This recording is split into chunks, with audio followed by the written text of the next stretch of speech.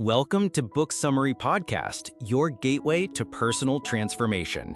Each episode delivers big ideas from the world's most impactful books on mindset, productivity, and success, all in just a few minutes.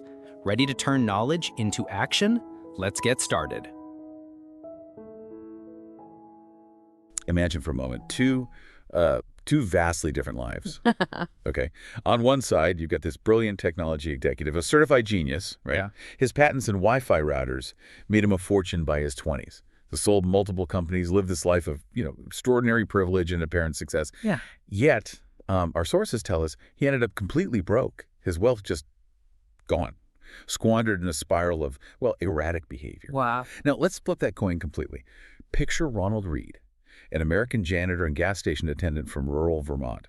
His life was, by all accounts, incredibly humble, lived in a modest two-bedroom house, never remarried after being widowed, and his main hobby was, famously, chopping firewood. I mean, hardly the picture you'd paint of a financial titan, right? Not at all. Sounds very ordinary. Exactly. But when Ronald Reed passed away at 92, he made international headlines. Because this unassuming janitor, he left behind an $8 million fortune. Mostly to his local hospital and library. $8 million from a janitor. That's astonishing. Isn't it?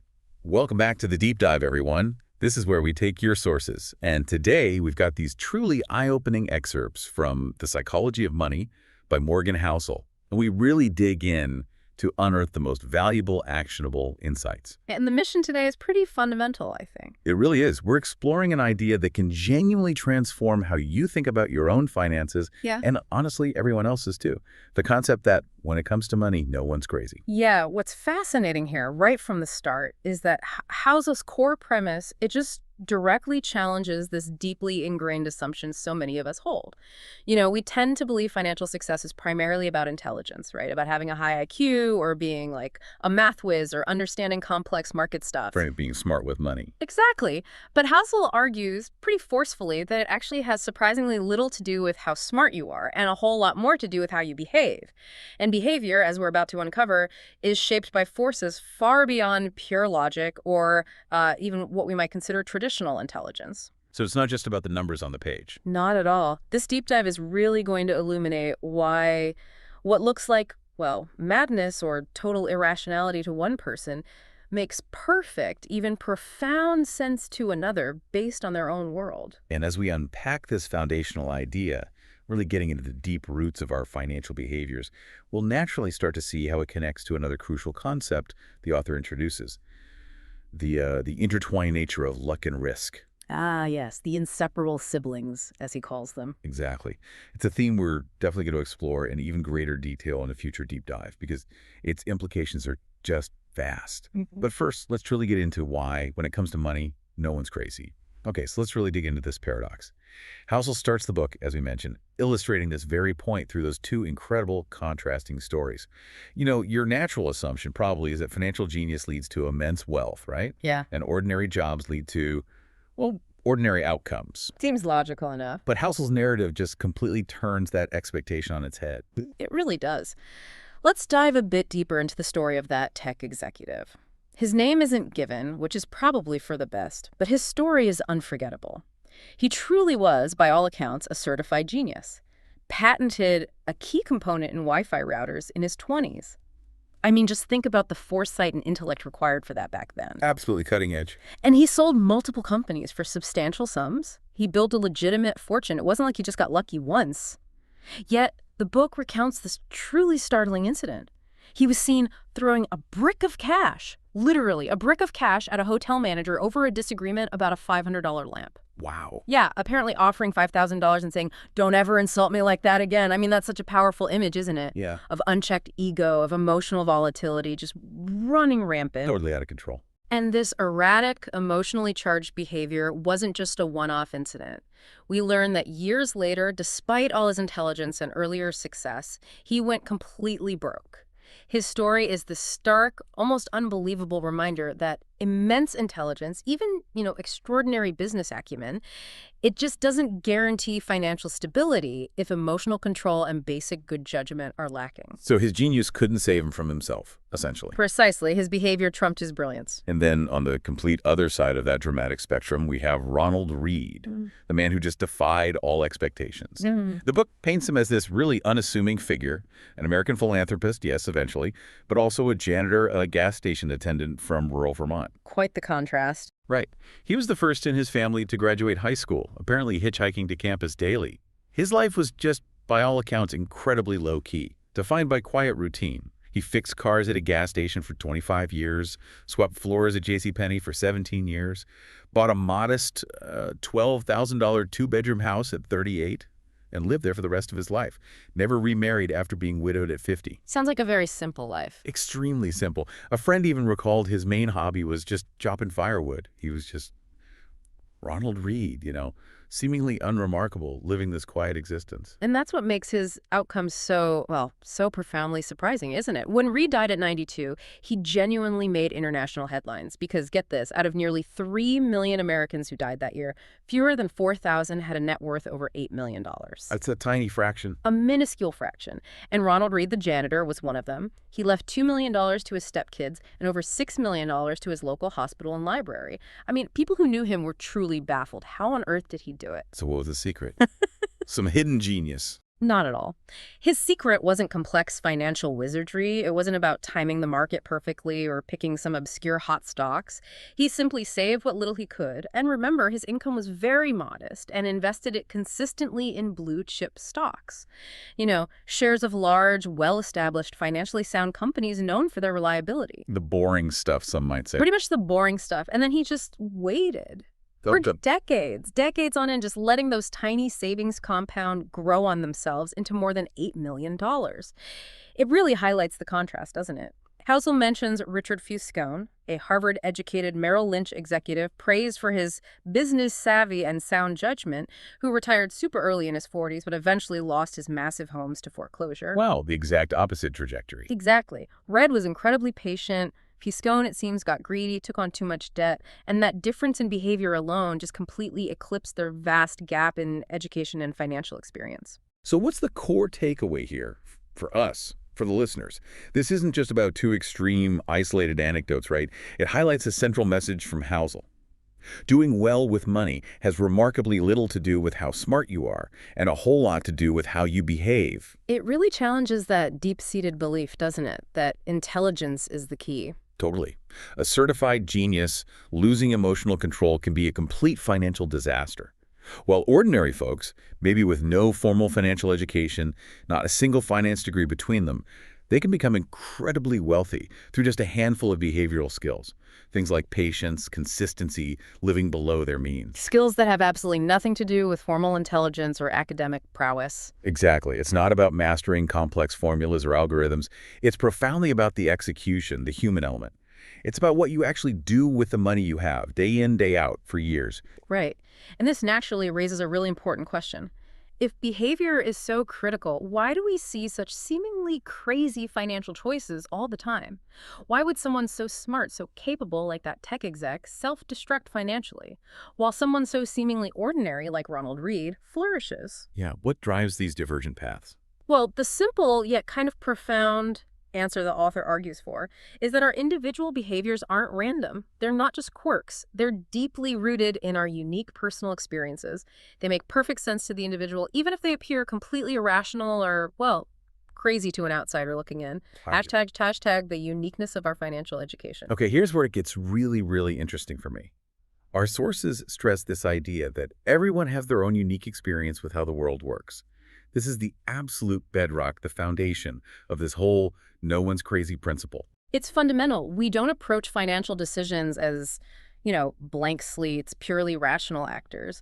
We bring our entire personal history, our entire lived experience, every joy, every fear, every lesson learned the hard way, to every single choice we make about money. So my money story is different from your money story. Completely different. Think about it. People from different generations, right? Yeah. Raised by different parents who had different incomes and completely different values about money. Living in different parts of the world, born into totally different economies, boom times versus recessions. Experiencing different job markets with varied incentives and, crucially, different degrees of luck. They all learn wildly, fundamentally different lessons about money. Makes sense. And what you've personally experienced, what you've lived through, what you felt in your gut, maybe seeing your parents struggle or experiencing a sudden windfall or losing a job unexpectedly, that stuff is far more compelling, far more formative than anything you learn secondhand from a book or a lecture. Even if that secondhand knowledge is technically correct. Absolutely. Housel puts it starkly.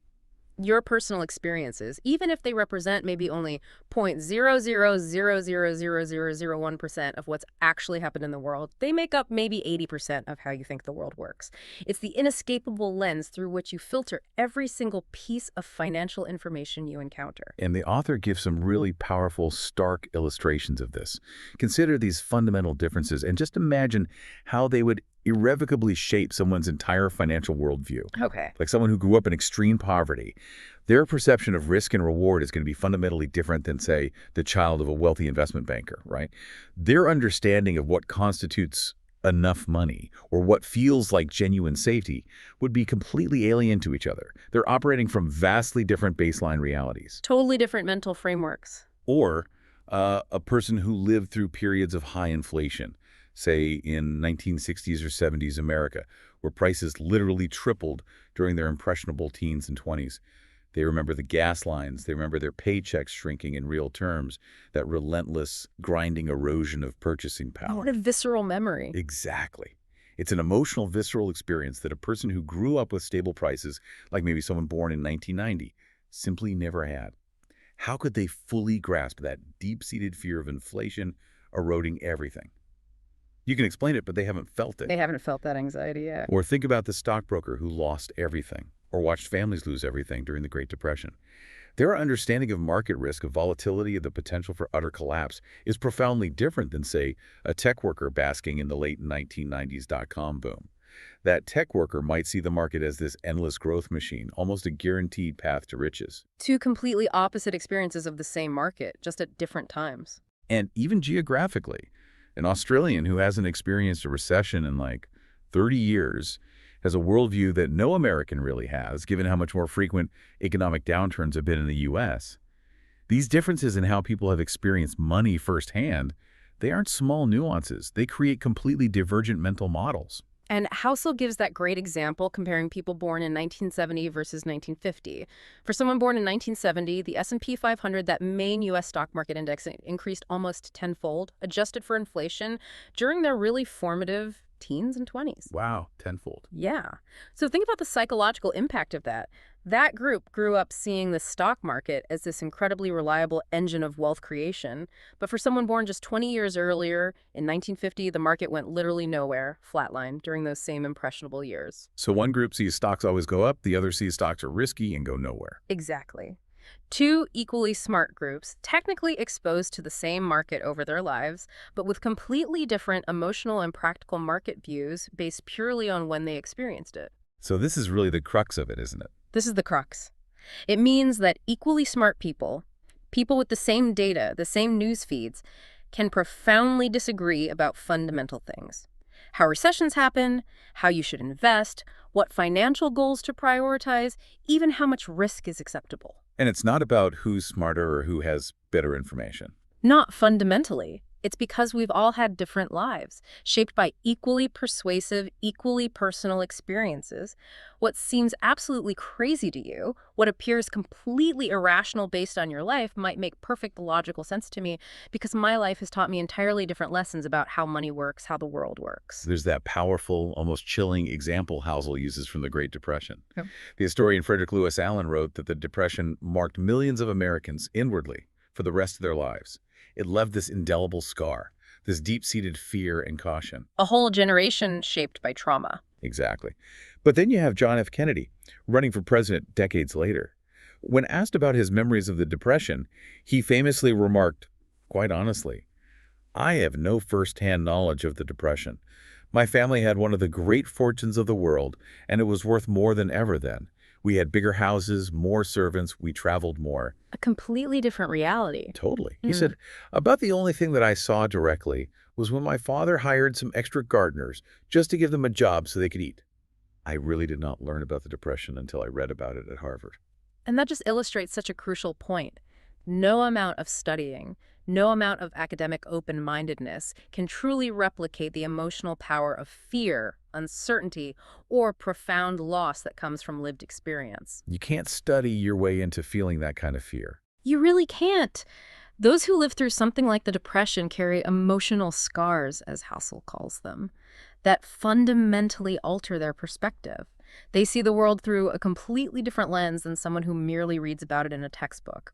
And this is why others' financial actions, though they might seem crazy to an outsider like us, are often deeply rational for them, given their internal narrative built on that personal history. It's their logic based on their life. Precisely. It's also why someone like Bill Gross, the famous bond fund manager, he openly admitted he probably wouldn't be where he is today if he'd been born a decade earlier or later. His entire career perfectly coincided with this generational collapse in interest rates, which made bonds incredibly lucrative investments for decades. He rode the wave. He absolutely rode the wave. So to him, bonds were these amazing wealth-generating machines. But to his father's generation, who endured high inflation and rising interest rates that crushed bond values, bonds might have seemed like, wealth incinerators. It's all about your personal timeline, your personal market experience. No one's crazy. They just experience a different slice of history. Hashtag, the lottery ticket paradox. Okay, to really drive this home and maybe challenge some of our own assumptions, let's look at an example that seems, well, on the surface, utterly irrational to many people. Lottery tickets. Ah, the lottery. Always a controversial one. Right. Americans collectively spend more money on lottery tickets than they do on movies, video games, music, sporting events, and books combined. That statistic is always staggering when you hear it. Just the sheer volume of money. It's enormous. Pouring into something with, let's be honest, mathematically terrible odds of winning big. And the demographic data makes it even more striking and frankly a bit heartbreaking in some ways. The lowest income households, on average, spend around $412 a year on lottery tickets. $412. Yeah. And that's 4 times the amount spent by those in the highest income groups. This is particularly poignant when you remember that other statistic, that a significant percentage of Americans, around 40%, cannot come up with $400 cash for an emergency. So the same people who likely can't cover a basic emergency expense are, paradoxically, spending that exact amount or more on something with a 1 in millions chance of a payout. Exactly. That, to many of us, especially those maybe with some financial education or a comfortable income, seems absolutely crazy. It seems like the definition of a poor financial decision. You look at that and think, why would you possibly do that? Right. To someone from a higher income bracket, it can be just mind-boggling. But Housel invites us to strain a little, as he puts it, to try and imagine the subconscious reasoning, the why behind such a choice, from their perspective. Okay, let's try. What might that thinking sound like? Well, the narrative from that perspective, if we really try to inhabit it, might go something like this. Look, we live paycheck to paycheck, saving significant money, building a real emergency fund, investing for retirement, seeing our money actually grow in a meaningful way. Those prospects feel almost impossibly far away for us. Like climbing an unclimbable mountain. Yeah. Our chances for much higher wages or big career advancement seem equally out of reach. We can't afford the nice vacations you take, the new cars you drive, the comprehensive health insurance you have, or homes in safe neighborhoods.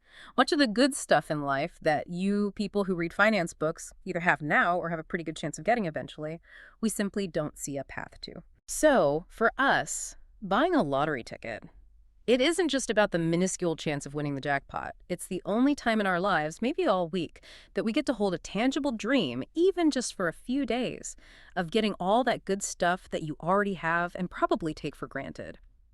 We are paying for a dream. We're buying a moment of hope, a flicker of possibility in an otherwise difficult life. And you may not understand that because, frankly, you're already living a version of that dream. That's why we buy more tickets than you do. Okay. Now, look, you don't have to agree with the financial logic there. And from a purely mathematical, objective standpoint, Buying lottery tickets when you're broke is still a very bad financial strategy. There's no getting around that. Absolutely. The math is clear. But this explanation, this act of straining to understand, Yeah. it really uncovers the true root of so many financial decisions, doesn't it? They're not made purely with a spreadsheet, completely devoid of human emotion or deep aspiration or even desperation. No, they're made at the dinner table, like Housel says, or in company meetings, or in quiet moments of hope or fear, where your personal history, your unique worldview, your ego, your pride, maybe even odd incentives from your job or social group, they all get scrambled together into a narrative that works for you. A narrative that makes sense in your world. Exactly. It makes seemingly irrational behavior at the very least comprehensible. It allows you to see the internal logic, even if you disagree with the external outcome. And it removes that immediate judgment of just calling it crazy. Hashtag the newbie factor in modern finance. So beyond our individual experiences shaping us, our sources highlight another really crucial reason why our financial behaviors can sometimes seem crazy, or, maybe more accurately, just plain struggling. And that's the fact that many of the fundamental financial concepts and tools we're navigating today are incredibly new. That's such an important point. We often operate without a long, deep history of collective wisdom or, inherited family strategies for these things. We are, in many ways, pioneers in a rapidly changing landscape. Give us an example. Okay, consider retirement as we think of it today, this idea that everyone deserves or is entitled to a dignified post-work life, financially secure and free from labor. This widespread concept is, at most, maybe 2 generations old. Really? Only 2 generations? Pretty much. Before World War II, most Americans simply worked until they died. Social Security, when it started, the initial benefits were minimal, barely a safety net. The average check didn't exceed $1,000 a month, adjusted for inflation, until the 1980s. Wow, okay. It wasn't really until the 1980s that this idea of a dignified retirement for everyone, and crucially the expectation that everyone would personally save and invest their own money for it, truly took hold as a widespread societal norm. This is a very recent and pretty profound shift in societal expectation and individual responsibility. And the tools we're supposed to use to achieve that retirement. Also brand new, relatively speaking, the 401k, which is now the cornerstone savings vehicle for American retirement, allowing you to contribute pre-tax dollars to grow tax-deferred. It didn't even exist until 1978. 1978. That's younger than a lot of our listeners. Exactly. And the Roth IRA, which is fantastic with its tax-free withdrawals in retirement, that wasn't born until 1998, barely old enough to legally drink. These are not ancient, deeply embedded systems passed down through generations of family wisdom. They're relatively young, and we're all still, collectively, figuring out the best ways to use them. So we're kind of learning on the fly. We are, and the same applies to financing college education. The share of Americans with a bachelor's degree has just skyrocketed, right? From less than 1 in 20 back in 1940 to maybe 1 in 4 more recently. And over that same time, tuition has risen over 4-fold, even after adjusting for inflation. The costs are insane. They are. So why do so many people make what appear in hindsight to be poor student loan decisions, taking on absolutely crippling debt? Oh. Partly because there just isn't decades of accumulated experience or clear societal guidelines to learn from. We've largely been winging it as a society when it comes to financing higher education at this scale and cost. It makes sense. We didn't have generations before us dealing with 6-figure student loans. Precisely. Even things we take for granted now, like index funds, a cornerstone of passive investing that many financial advisors recommend they're less than 50 years old. And widespread consumer credit card debt, mortgages as we know them, that really only took off after World War II. Our entire financial landscape is constantly shifting under our feet, making it incredibly difficult to rely solely on historical precedent or inherited wisdom for many modern financial dilemmas. So what does this all mean for us, the listeners, as we're trying to navigate our own financial lives today? Well, I think it means we should give ourselves and others a bit of a break. We're genuinely not crazy for struggling with these relatively new concepts, for feeling a bit overwhelmed sometimes, or for making decisions that, maybe in hindsight seem less than optimal. It's okay to not have all the answers. Absolutely. We're all just newbies in many respects, as Housel puts it. Our collective financial journey is, in so many ways, an ongoing experiment. The rules are still being written, the best practices are still evolving. We don't have the benefit of our grandparents' or great-grandparents' wisdom on how to best manage a 401k or navigate massive student loan debt, because those things simply didn't exist for them in the same way. We're forging new paths. We are. And that inherent uncertainty, that lack of deep historical context for our specific tools and challenges, inevitably influences our behavior, sometimes in ways that might look off from a purely theoretical standpoint. Okay, so this profound insight that our personal histories, our unique experiences, and even the relative newness of our financial tools deeply shape our actions leads us directly into another really compelling idea from our sources. And that's the notion that when making financial decisions is often more effective, more sustainable, to aim for being reasonable rather than being coldly rational. Right. This might sound a bit counterintuitive at first, especially in a field like finance that often seems like it should be all about pure mathematics and logic.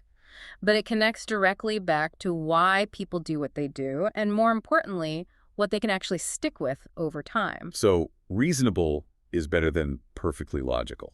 Housel argues yes in practice. He suggests that reasonable is not just more realistic, but it's actually crucial because you have a far better chance of sticking with a reasonable approach for the long run. And when managing money, that long-term consistency is what matters most, way more than short-term optimization that you abandon at the first sign of trouble. Okay, sticking with the plan is key. Exactly. Adopting a reasonable approach means acknowledging the human element, our emotions, our psychological limits, our need for comfort, rather than striving for some mathematically perfect strategy that might feel completely unbearable emotionally. And to really illustrate this point, our sources give us this truly wild and historically significant medical story. Oh yeah, this one was fascinating. Tell us about it. Okay, picture this. Julius Wagner Jauregg. He was a 19th century Austrian psychiatrist. His specialty was treating severe neurosyphilis, which back then was basically a death sentence. Absolutely no known cure. A terrifying, hopeless situation for patients and doctors alike. Grim starting point. Very grim. But he noticed this intriguing, if kind of anecdotal pattern. Occasionally, some syphilis patients seem to recover, or at least improve significantly, if they also happen to contract some other illness that caused prolonged high fevers. A fever seemed to help. That was the observation. So he jumped to what was, for his time, a drastic yet, in a certain brutal sense, logical conclusion. He began intentionally injecting patients with low-end strains of diseases like typhoid, malaria, even smallpox. Infected them on purpose. Yes, to deliberately induce fevers strong enough, he hoped, to kill the syphilis bacterium. Now, as you can imagine, this was incredibly dangerous. It was radical, and some patients tragically died from the treatment itself. That's horrifying. It is, by modern standards. But he eventually refined his technique, settling on a controlled, weak version of malaria. The malaria would cause these bone-rattling fevers for a few days, and then, crucially, he could cure the malaria itself with quinine. And his audacious, terrifying experiment actually worked. It worked. He reported that about 6 out of 10 patients treated this way recovered from the otherwise fatal neurosyphilis, compared to maybe 3 out of 10 who were left untreated. It was groundbreaking. He was awarded the Nobel Prize in Medicine in 1927 for this work. Wow, okay. That's quite a story. How does this connect back to finance? Well, fast forward to today and compare this to how we generally treat fevers now. We have abundant scientific evidence showing that fevers are actually beneficial, right? They help turn on the immune system, they slow down virus replication, they generally lead to better overall outcomes in fighting infections. Seattle Children's Hospital even explicitly educates parents that normal fevers between 100 degrees and 104 degrees Fahrenheit are good for sick children. Okay, so fevers are technically good for us when we're sick. Scientifically, yes. Yet, what do we almost universally do? What's the first instinct when you or your kid gets a fever? Reach for the Tylenol or ibuprofen. Knock it down. Exactly. Fevers are almost universally seen as a bad thing, something to be treated quickly, almost instinctively. Why the disconnect? If fevers are scientifically beneficial, even good for fighting illness, why do we fight them so universally, so aggressively? Yeah. The simple answer, as Housel points out, is brutally human. Fevers hurt, and people don't want to hurt. A doctor's goal isn't just to cure the underlying disease, but to do so within the bounds of what's reasonable and tolerable to the patient. It might be purely rational, in a cold scientific sense, to want to endure a fever if you have an infection because you know it's helping your body fight it off. But it feels awful. Exactly. It's not reasonable from a human perspective when you're shivering uncontrollably under a blanket, your body is aching all over, and you just want the pain and the misery to stop. Patient comfort matters. And this philosophy, this prioritizing of the reasonable, the tolerable over the purely rational, is deeply, profoundly applicable to how we should think about managing our money. Okay, I see the connection now. So what does this mean for our investments, our saving strategies? Well, academic finance, the kind taught in universities, often seeks these mathematically optimal strategies. Precise formulas designed to maximize expected returns for a given level of risk, all calculated beautifully on paper. The efficient frontier and all that. Exactly. But in the real world, Housel argues, people don't necessarily want the mathematically optimal strategy. They want the strategy that maximizes for how well they sleep at night. That feeling of comfort, that emotional resilience, that sense of peace knowing you won't be completely wiped out, that can be far more valuable in practice than squeezing out an extra hypothetical percentage point of return, especially if chasing that extra point means adopting a strategy that causes you constant anxiety and leads you to panic and bail at the worst possible time. So the sleep at night factor is actually a crucial part of the equation. It's arguably the most crucial part for long-term success because it determines whether you can actually stick with the plan. #, minimizing regret in practice. And this concept of sleeping well at night, or maybe framing it as minimizing future regret, is beautifully illustrated by, of all people, Nobel laureate Harry Markowitz. Yeah, the father of modern portfolio theory himself. Right. The guy who won the Nobel Prize for his incredibly influential work on the mathematical trade-off between risk and return, basically figuring out how to build the most theoretically efficient investment portfolios. So when he was once asked how he, Harry Markowitz, invested his own money. You'd expect some super complex, optimized allocation. You would. But he described simply splitting his retirement contributions 50-50 between bonds and equities, just half in stocks, half in bonds. And his stated intention, it wasn't maximizing expected return. It was, in his words, to minimize my future regret. That's fascinating. Isn't it? He wanted to minimize regretting missing out on a big market surge if he was too conservative, too many bonds, or regretting being fully invested in a crash if he was too aggressive, too many stocks. It was an emotional hedge. That goal, minimizing future regret, it's incredibly hard to rationalize purely on paper with cold numbers, isn't it? It's an emotional calculation, not a financial one, fundamentally. Totally. But it's incredibly easy to justify in real life. We make financial decisions not just based on isolated numbers in a vacuum. We make them surrounded by coworkers. We might consciously or not want to impress, or spouses we don't want to disappoint, or just our own internal doubts and fears that gnaw at us late at night. Investing isn't just a solitary, purely logical exercise you do on a spreadsheet. It has this crucial social and emotional component that pure mathematics often ignores entirely. Yeah, like that truly rational strategy Hals mentions. It was proposed by some Yale researchers. Oh, the leverage one. Yeah, that's a wild example. Right. They suggested that young savers should use 2-to-1 margin, meaning they should borrow $2 for every $1 of their own money they invest to supercharge their retirement accounts early on. Leveraging up their retirement savings. Sounds risky. Extremely. The researchers showed mathematically that even if a massive 50% market drop completely wiped out their leveraged account, they'd still mathematically be better off in the long term if, this is a huge if they picked themselves back up, dusted themselves off, and kept saving aggressively in that same leveraged account the very next day, sticking to the plan. Right. The math worked perfectly on paper, in a theoretical vacuum, assuming perfect rationality and zero emotional reaction. But it's absurdly unreasonable in practice, isn't it? Can you imagine any normal human being watching their entire retirement account evaporate because of leverage, and then just calmly continuing undeterred the very next day, following the exact same risky plan as if nothing happened? Absolutely not. They'd quit in disgust. They'd probably swear off stocks forever. They might look for drastically different, much safer options, maybe even sue their financial advisor if they had one. Exactly. It highlights that something can be technically mathematically true, but contextually, humanly complete nonsense in the world of finance. The goal isn't just surviving the numbers, it's surviving psychologically. You need a strategy you can actually live with through the inevitable ups and downs. Which leads Housel to this powerful, if slightly touchy-feely sounding idea. You should love your investments. Yeah, that sounds a bit emotional, maybe even unprofessional to some ears, like a self-help mantra for finance or something. It does sound that way initially. But his point is, if that love, or maybe call it comfort, conviction, belief, if that emotional attachment provides the commitment and the endurance you need to stick with a strategy during the lean years, The inevitable downturns, the periods when your strategy is underperforming, the times when everyone else is panicking and selling, then that emotional connection is actually a quantifiable, measurable advantage. Because it keeps you invested. Precisely. He points out the historical odds of making money in the broad U.S. stock market are astonishingly 100% over any 20-year period in history.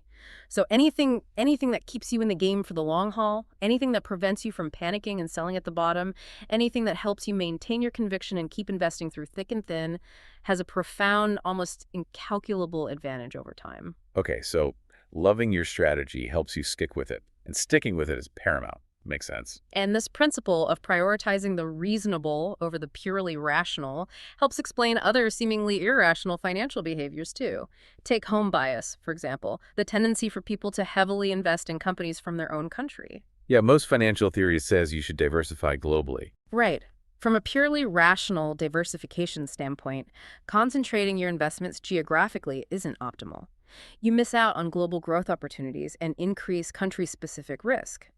But Housel argues it's perfectly reasonable if that familiarity, that comfort with domestic companies, helps you take the initial leap of faith to invest, makes you feel more comfortable holding those investments, and crucially, helps you commit to staying invested during global turmoil. So the behavioral benefit of comfort outweighs the theoretical benefit of perfect diversification. It can, if it keeps you invested. Or think about day trading. For most individual investors, the odds are heavily stacked against success due to fees, taxes, and competing against professionals. So rationally, most people shouldn't do it. Yeah, it's usually a losing game. But Housel suggests maybe it can be reasonable in small, controlled amounts of money you can afford to lose if it scratches an itch, provides an engaging hobby, satisfies a desire for action, and crucially, keeps you from constantly tinkering and messing with your core, diversified, long-term investment portfolio. Like a play money account to keep you from doing damage to the serious money. Exactly. Even making forecasts about the market or the economy. We know, rationally, that most economic and market forecasts are notoriously inaccurate. Yet people constantly make them and consume them. Why? Because it's arguably reasonable, it's deeply human nature, to want to understand and anticipate the future, to try and make sense of uncertainty, even if acting decisively on those flawed forecasts is usually dangerous. We want to feel like we have some control, some foresight. Precisely. And there's that great, very human anecdote Housel shares about Jack Bogle. The legendary founder of Vanguard, the ultimate champion of low-cost index investing, arguably the most rational investing approach ever devised for the masses. The patron saint of passive investing. Right. Even he apparently invested some of his own money in his son's high-fee hedge fund, which seems completely contrary to his entire philosophy. Totally inconsistent. And his explanation was beautifully simple and human. We do some things for family reasons. Life isn't always consistent. It's just a perfect, almost endearing example of the reasonable overriding the strictly rational. Personal relationships, values, emotions, they often legitimately and understandably override purely mathematical optimization in the real world. And recognizing this is absolutely key to understanding real-world financial behavior, both your own and everyone else's. Okay, so as we've really explored our individual experiences, these big generational shifts in finance, and our very human need for reasonable decisions, not just purely rational ones, they all deeply shape our financial lives. And this brings us quite naturally to another powerful and maybe often overlooked factor that profoundly influences our outcomes. The inseparable siblings, as Housel calls them, luck and risk. Yes. These are the forces that are always at play, whether we choose to acknowledge them or not. They often dictate the boundaries of what's even possible, regardless of our skill, our effort, or our intelligence. It's the stuff that happens to us, not just by us. Exactly. The author states it very plainly and I think powerfully. Luck and risk are both the reality that every outcome in life is guided by forces other than individual effort. It's not just about what you do, how hard you work, or how smart you are. It's also fundamentally about what happens to you along the way, the hand you're dealt by circumstance. And that NYU professor, Scott Galloway, has that great quote, Housel includes. Oh, yeah. Nothing is as good or as bad as it seems. Which is such a perfect reminder, isn't it? To look beyond the immediate surface results, extreme success or extreme failure, and consider the broader, often unseen context of external forces, of luck and risk. Let's revisit that story of Bill Gates in his early days because it really illuminates this concept so clearly. It's a fantastic illustration. Okay, so Gates, as many people know, went to one of the only high schools in the entire world at the time that had a computer. Lakeside School in Seattle. This was 1968. 1968, think about that. Even most university graduate schools didn't have a computer anywhere near as advanced or, crucially, as accessible as the one Lakeside somehow got their hands on. It wasn't just a slight edge he had. Not at all. Housel calls it a 1 in a million head start. This incredible fortune allowed him and his friend Paul Allen to literally just toy with this machine at their leisure, after school, late into the night, on weekends, just letting their creativity run wild, honing skills that would literally define the future of technology. Skills almost no one else their age could possibly acquire at that time. Right. And Gates himself later said, quite emphatically, if there had been no Lakeside, there would have been no Microsoft.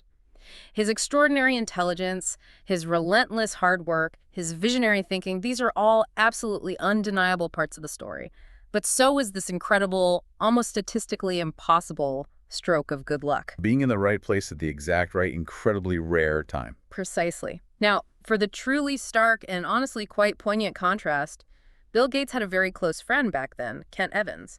He was in that same small group of computer prodigies at Lakeside. Okay, part of the same lucky group. Yes. And Gates described Evans as the best student in their class, equally skilled with computers, and sharing Gates's own intense business mind and seemingly endless ambition. They even apparently schemed together about running companies, fantasizing about the future empires they'd build. Wow, so he was right there with Gates and Allen. Right there. Gates later reflected, with what sounds like a clear sense of loss, we would have kept working together. I'm sure we would have gone to college together. Kent Evans, by all accounts, could very easily have been a founding partner of Microsoft, a peer to Gates and Allen in shaping the company. But something happened. But it never happened. Kent Evans died tragically in a mountaineering accident before he even graduated high school. Oh my God, how awful. Just terrible. And here's the chilling part, Housel highlights. The odds of a teenager being killed in a mountaineering accident are, quite chillingly, roughly 1 in a million. 1 in a million. The same probability. The exact same statistical improbability that put Bill Gates in front of that cutting-edge computer at Lakeside during a period when almost no one else his age on the planet had such access. 1 in a million luck for Gates, paving the way for Microsoft. 1 in a million risk for Evans, tragically ending his potential before it could truly blossom. Wow. The same force, same magnitude, opposite directions. Exactly. And this is the core insight that Housel really wants us to grasp about luck and risk. Bill Gates experienced unimaginable 1 in a million good luck by ending up at Lakeside when he did. Kent Evans experienced equally unimaginable 1 in a million bad luck or risk by never getting the chance to finish what he and Gates started. It's the same magnitude of external influence working in diametrically opposite directions. It really drives home that idea. Housel says you are one person in a game with 7 billion other people and infinite moving parts. Yeah. The accidental impact of actions and events completely outside of your control, the sheer randomness of life, can sometimes be far more consequential for your ultimate outcome than the decisions you consciously take, even if you have the most brilliant mind or the best laid plans. So this raises an important, maybe even slightly uncomfortable question then. If luck and risk are so obviously, profoundly impactful, why do we humans struggle so much to give them their proper respect? Why do we often downplay their role, especially when we look at financial success? Why do we tend to default to seeing outcomes as purely the result of individual effort or smarts or grit? Well, part of it is deeply psychological, isn't it? When we judge others, attributing their success primarily to luck can make you sound, well, jealous or mean-spirited or dismissive. Even if intellectually we know luck must have played a part, it feels better, maybe more polite, to laud their skill and hard work instead. Right, it feels like diminishing their achievement. Exactly. And when we judge ourselves, attributing our own successes mainly to luck can be just too demoralizing to fully accept. We much prefer to believe that our efforts, our intelligence, our sheer grit alone were responsible for the good outcomes. It validates our sense of agency and competence. We want to feel like we earned it, that we controlled it. We do. We're also incredibly prone to what psychologists call survivorship bias. We tend to only see the winners, right? The wildly successful individuals or companies that survived and thrived. And we try desperately to emulate their specific methods, their specific strategies, often forgetting the countless others who took very similar paths, worked just as hard, were just as smart, but simply met with bad luck or unforeseen risks and failed. We don't study the failures as much. Rarely with the same intensity. We prefer simple, clean stories about clear cause and effect. He did X, so he got Y. Even if those stories are often misleading because they completely ignore the vast, messy complexities of luck and risk that were swirling around. And our sources point out, with maybe a healthy dose of cynicism, that the cover of Forbes magazine does not celebrate poor investors who made good decisions but happened to experience the unfortunate side of risk. No, you definitely won't read a cover story about the brilliant, diligent investor whose meticulously researched, perfectly diversified portfolio got completely wiped out by some unpredictable, once-in-a-century event like a pandemic or a war. That's not an inspiring story. Right. But as Housel says, Forbes almost certainly will celebrate rich investors who made merely okay or maybe even objectively reckless decisions and just happened to get incredibly lucky with timing or circumstance. So the stories we consume are heavily biased towards lucky success. Absolutely. And this completely skews our perception of what truly works and what doesn't. It leads us to incorrectly attribute extreme success solely to skill and genius, and extreme failure solely to bad decisions or lack of intelligence, when in reality, luck and risk are often the dominant yet invisible factors driving those extreme outcomes at either end of the spectrum. Yeah. We're constantly being misled by the narratives we naturally gravitate towards. So what's the practical implication of recognizing this bias? Well, this is why Housel argues quite strongly that we should focus less on specific individuals and case studies, especially the extreme ones, and more on broad patterns. Look at the averages, not just the outliers. Exactly. Extreme outcomes, think billionaire founders or people who lost everything overnight, are far more likely to have been heavily influenced by extreme luck or extreme risk. This actually makes their specific stories, their specific lessons, less broadly applicable to most of our lives.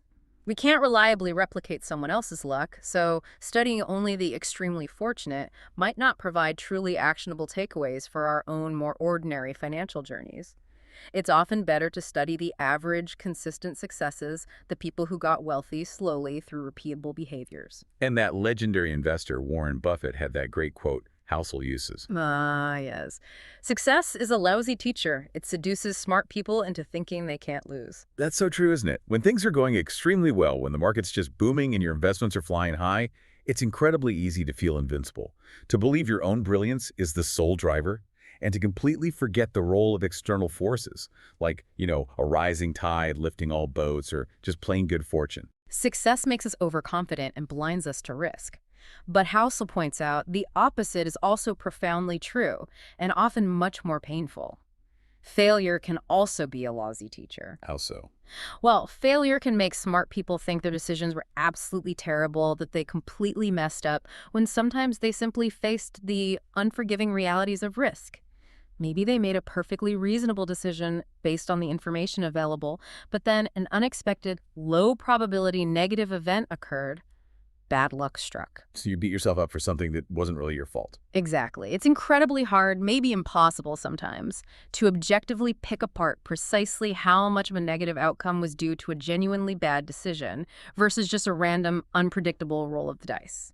We tend to take too much credit for success and too much blame for failure. So what's the practical takeaway from all this talk about luck and risk? How should it change how we manage our finances? The key practical takeaway, Housel argues, is to consciously arrange your financial life, your savings rate, your investment strategy, your debt levels, even your career choices in such a way that a bad investment or a missed financial goal or a sudden economic downturn or just a plain old stroke of bad luck won't wipe you out entirely. Build in resilience. Build in a margin of safety. Precisely.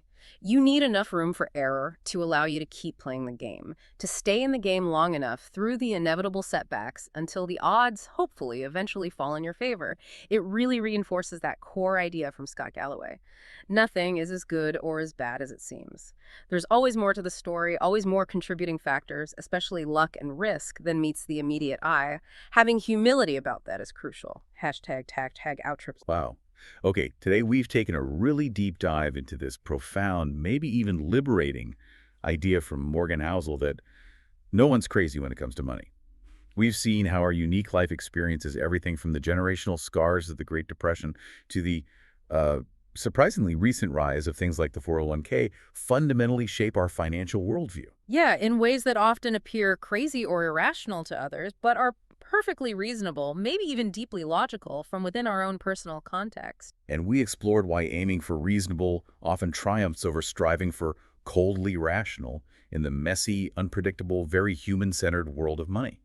Acknowledging our emotions, our social context, our need to sleep at night, that's just as vital as any spreadsheet. It's all about finding a strategy you can actually stick with for the long haul, rather than chasing some theoretical perfection that's psychologically impossible to maintain when things get tough. And then, as we wrapped up this rich discussion, we introduced those powerful, inseparable siblings, luck and risk, using that compelling, almost haunting story of Bill Gates and Ken Evans. Yeah, that really illustrates how outcomes are often guided by forces well beyond our individual effort, even beyond genius. And that understanding is so critical, isn't it? Because it means we need to approach our financial decisions not with arrogance or certainty, but with a healthy dose of humility, a deep appreciation for the unpredictable elements always at play. Recognizing that our individual efforts, however important, are just one part of a much larger, much more complex, and often quite random game. So in our next deep dive, we're going to go even further into this intricate, fascinating dance of luck and risk.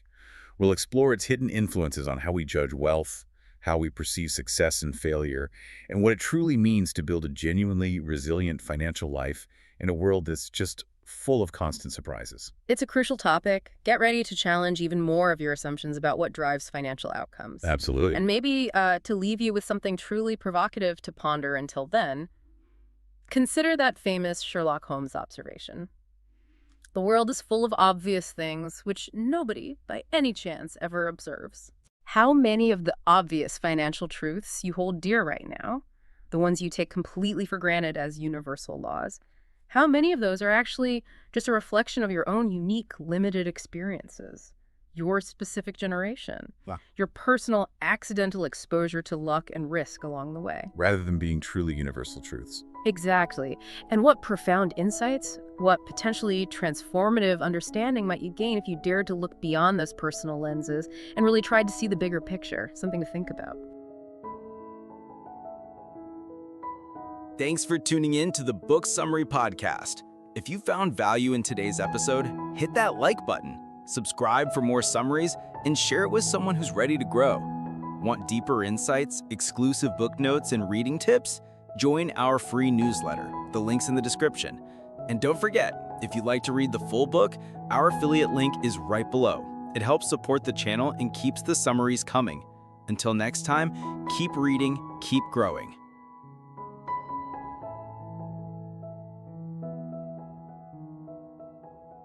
Welcome to Book Summary Podcast, your gateway to personal transformation.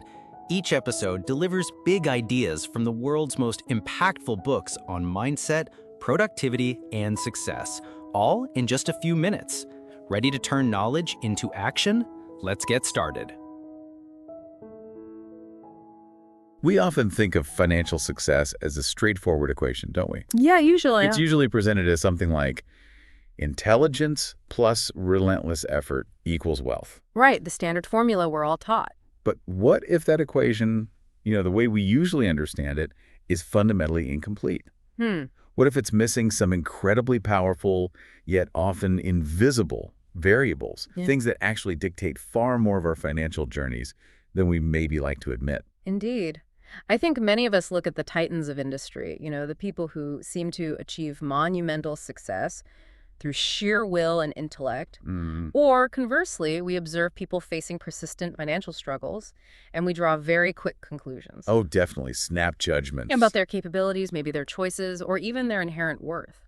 But the real story, as we're about to dig into, is, it's far more nuanced. More human. Exactly, more deeply human, and frankly, more surprising than those comfortable narratives usually allow. It really challenges our basic assumptions about merit and outcome. So today, we're taking a truly deep dive into Morgan Housel's brilliant book, The Psychology of Money. It really does shift your perspective. It absolutely does. And specifically, our focus today is squarely on Chapter 2. It's a profound exploration titled Luck and Risk. Such a critical chapter. Yeah, and this isn't just about recounting what happened in the financial world, like a history lesson. It's about trying to understand why it happened. Getting beneath the surface. Right, digging into the unseen forces and the human behaviors that shape our financial realities. Yeah. And more importantly, we'll connect this back to what it means for how you, the listener, think about your own financial life. Your aspirations, your plans. And yeah, your inevitable setbacks too. Yeah. Because we all face them. Absolutely. So our mission today is really to challenge those comfortable, often simplistic narratives we tell ourselves about money and success. The easy answers. Exactly. We want to offer you a shortcut to truly being well-informed, armed with a more realistic and insightful perspective. So what's the takeaway? Well, by the end of this deep dive, you'll discover how randomness, both luck and risk, plays a far bigger, more impactful role than most people realize. Okay. You'll hopefully get those satisfying aha moments about why people, maybe including yourself, make the often, let's face it, irrational financial choices they do. We've all been there. Oh, for sure. And ultimately, we hope you'll maybe become a little less judgmental of others' financial situations. And yourself. And yourself, yes. And hopefully a lot more insightful about your own path and, crucially, those uncontrollable forces that are always at play. Okay, so let's kick this off with a premise that, well, for many of us might feel a little counterintuitive at first. All right. The idea that doing well with money has significantly less to do with how smart you are, how high your IQ is, Right. and a lot more to do with your behavior. Okay, behavior over brains. And here's what's really intriguing about this, as our sources highlight. These behavioral aspects, they're notoriously hard to teach, even to the most brilliant minds. Which is almost paradoxical, isn't it? Yeah. We spend years in school getting advanced degrees, learning complex finance, economic models, investment theories, all the hard stuff. Formulas, the data. Exactly. But knowing what to do, like the logical next step on a spreadsheet, well, that tells you absolutely nothing about what actually happens in your head when you try to do it. Right, the execution gap. It's not a hard science, like physics, where you input data and reliably predict an outcome. It's more of a soft skill. Like managing yourself. Precisely.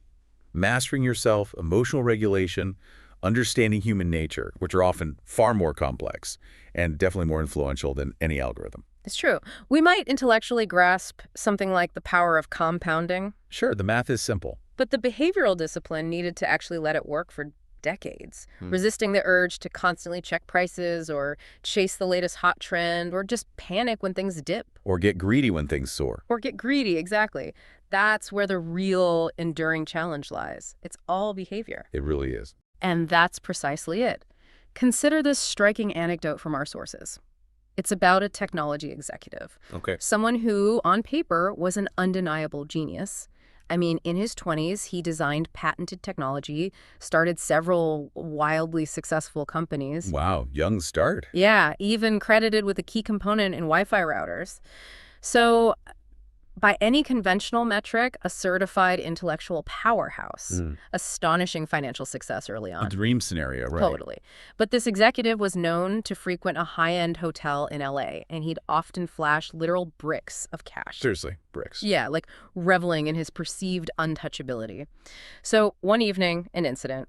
He shatters a $500 lamp in the hotel restaurant. Oops. Okay, accidents happen. Sure. But when the manager, understandably, tells him he needs to cover the cost, the executive reacts not with, regret or understanding, with incredulous indignation. He dramatically pulls out this thick wad of cash, throws $5,000, 10 times the lamp's value at the manager. $5,000. Yeah, and publicly humiliates them with a stream of insults. Right. Just awful behavior. Wow. So years later, this same intellectual giant, despite his early triumphs, his undeniable genius, he went completely broke. Broke. After all that success. Totally broke. His extraordinary intellect, his groundbreaking tech understanding, none of it could compensate for this profound lack of behavioral control. Humility, too, sounds like. Zero humility. An inability to manage his emotions, especially around money. It's such a vivid illustration of the book's core idea. Intellect alone, often just not enough. Wow, that is a truly striking cautionary tale. A certified genius, incredibly successful on paper, but completely undone by his own unchecked behavior. Yeah. It forces you to ask, is this just a one-off, an anomaly? Or does it hint at something deeper, more pervasive about money and, well, human nature? I think it does. And if that's the case, what about the other side of that coin? Could someone with, say, no formal financial education, someone whose life looks totally ordinary, could they somehow achieve extraordinary wealth? Maybe because of those behavioral traits the genius lacked. Exactly. It feels almost counterintuitive, doesn't it? We're sort of conditioned to believe you need the MBA, the aggressive business sense, to make a real fortune. It does feel counterintuitive, but the answer, according to our sources, is an emphatic absolutely. Really? Yeah. Consider the remarkable yet incredibly humble story of Ronald Read. Ronald Read? He was an American philanthropist eventually, but before that, for most of his life, he was a janitor and a gas station attendant from rural Vermont. A janitor and gas station attendant. That's right. His life, by all outward appearances, was as low-key and frankly unremarkable as you can imagine. Wow. He was the first in his family to graduate high school, which itself was a big deal. He apparently hitchhiked to campus each day to make it happen. Good dedication. Yeah. But beyond that, for people who knew him, there wasn't much that screamed, future millionaire.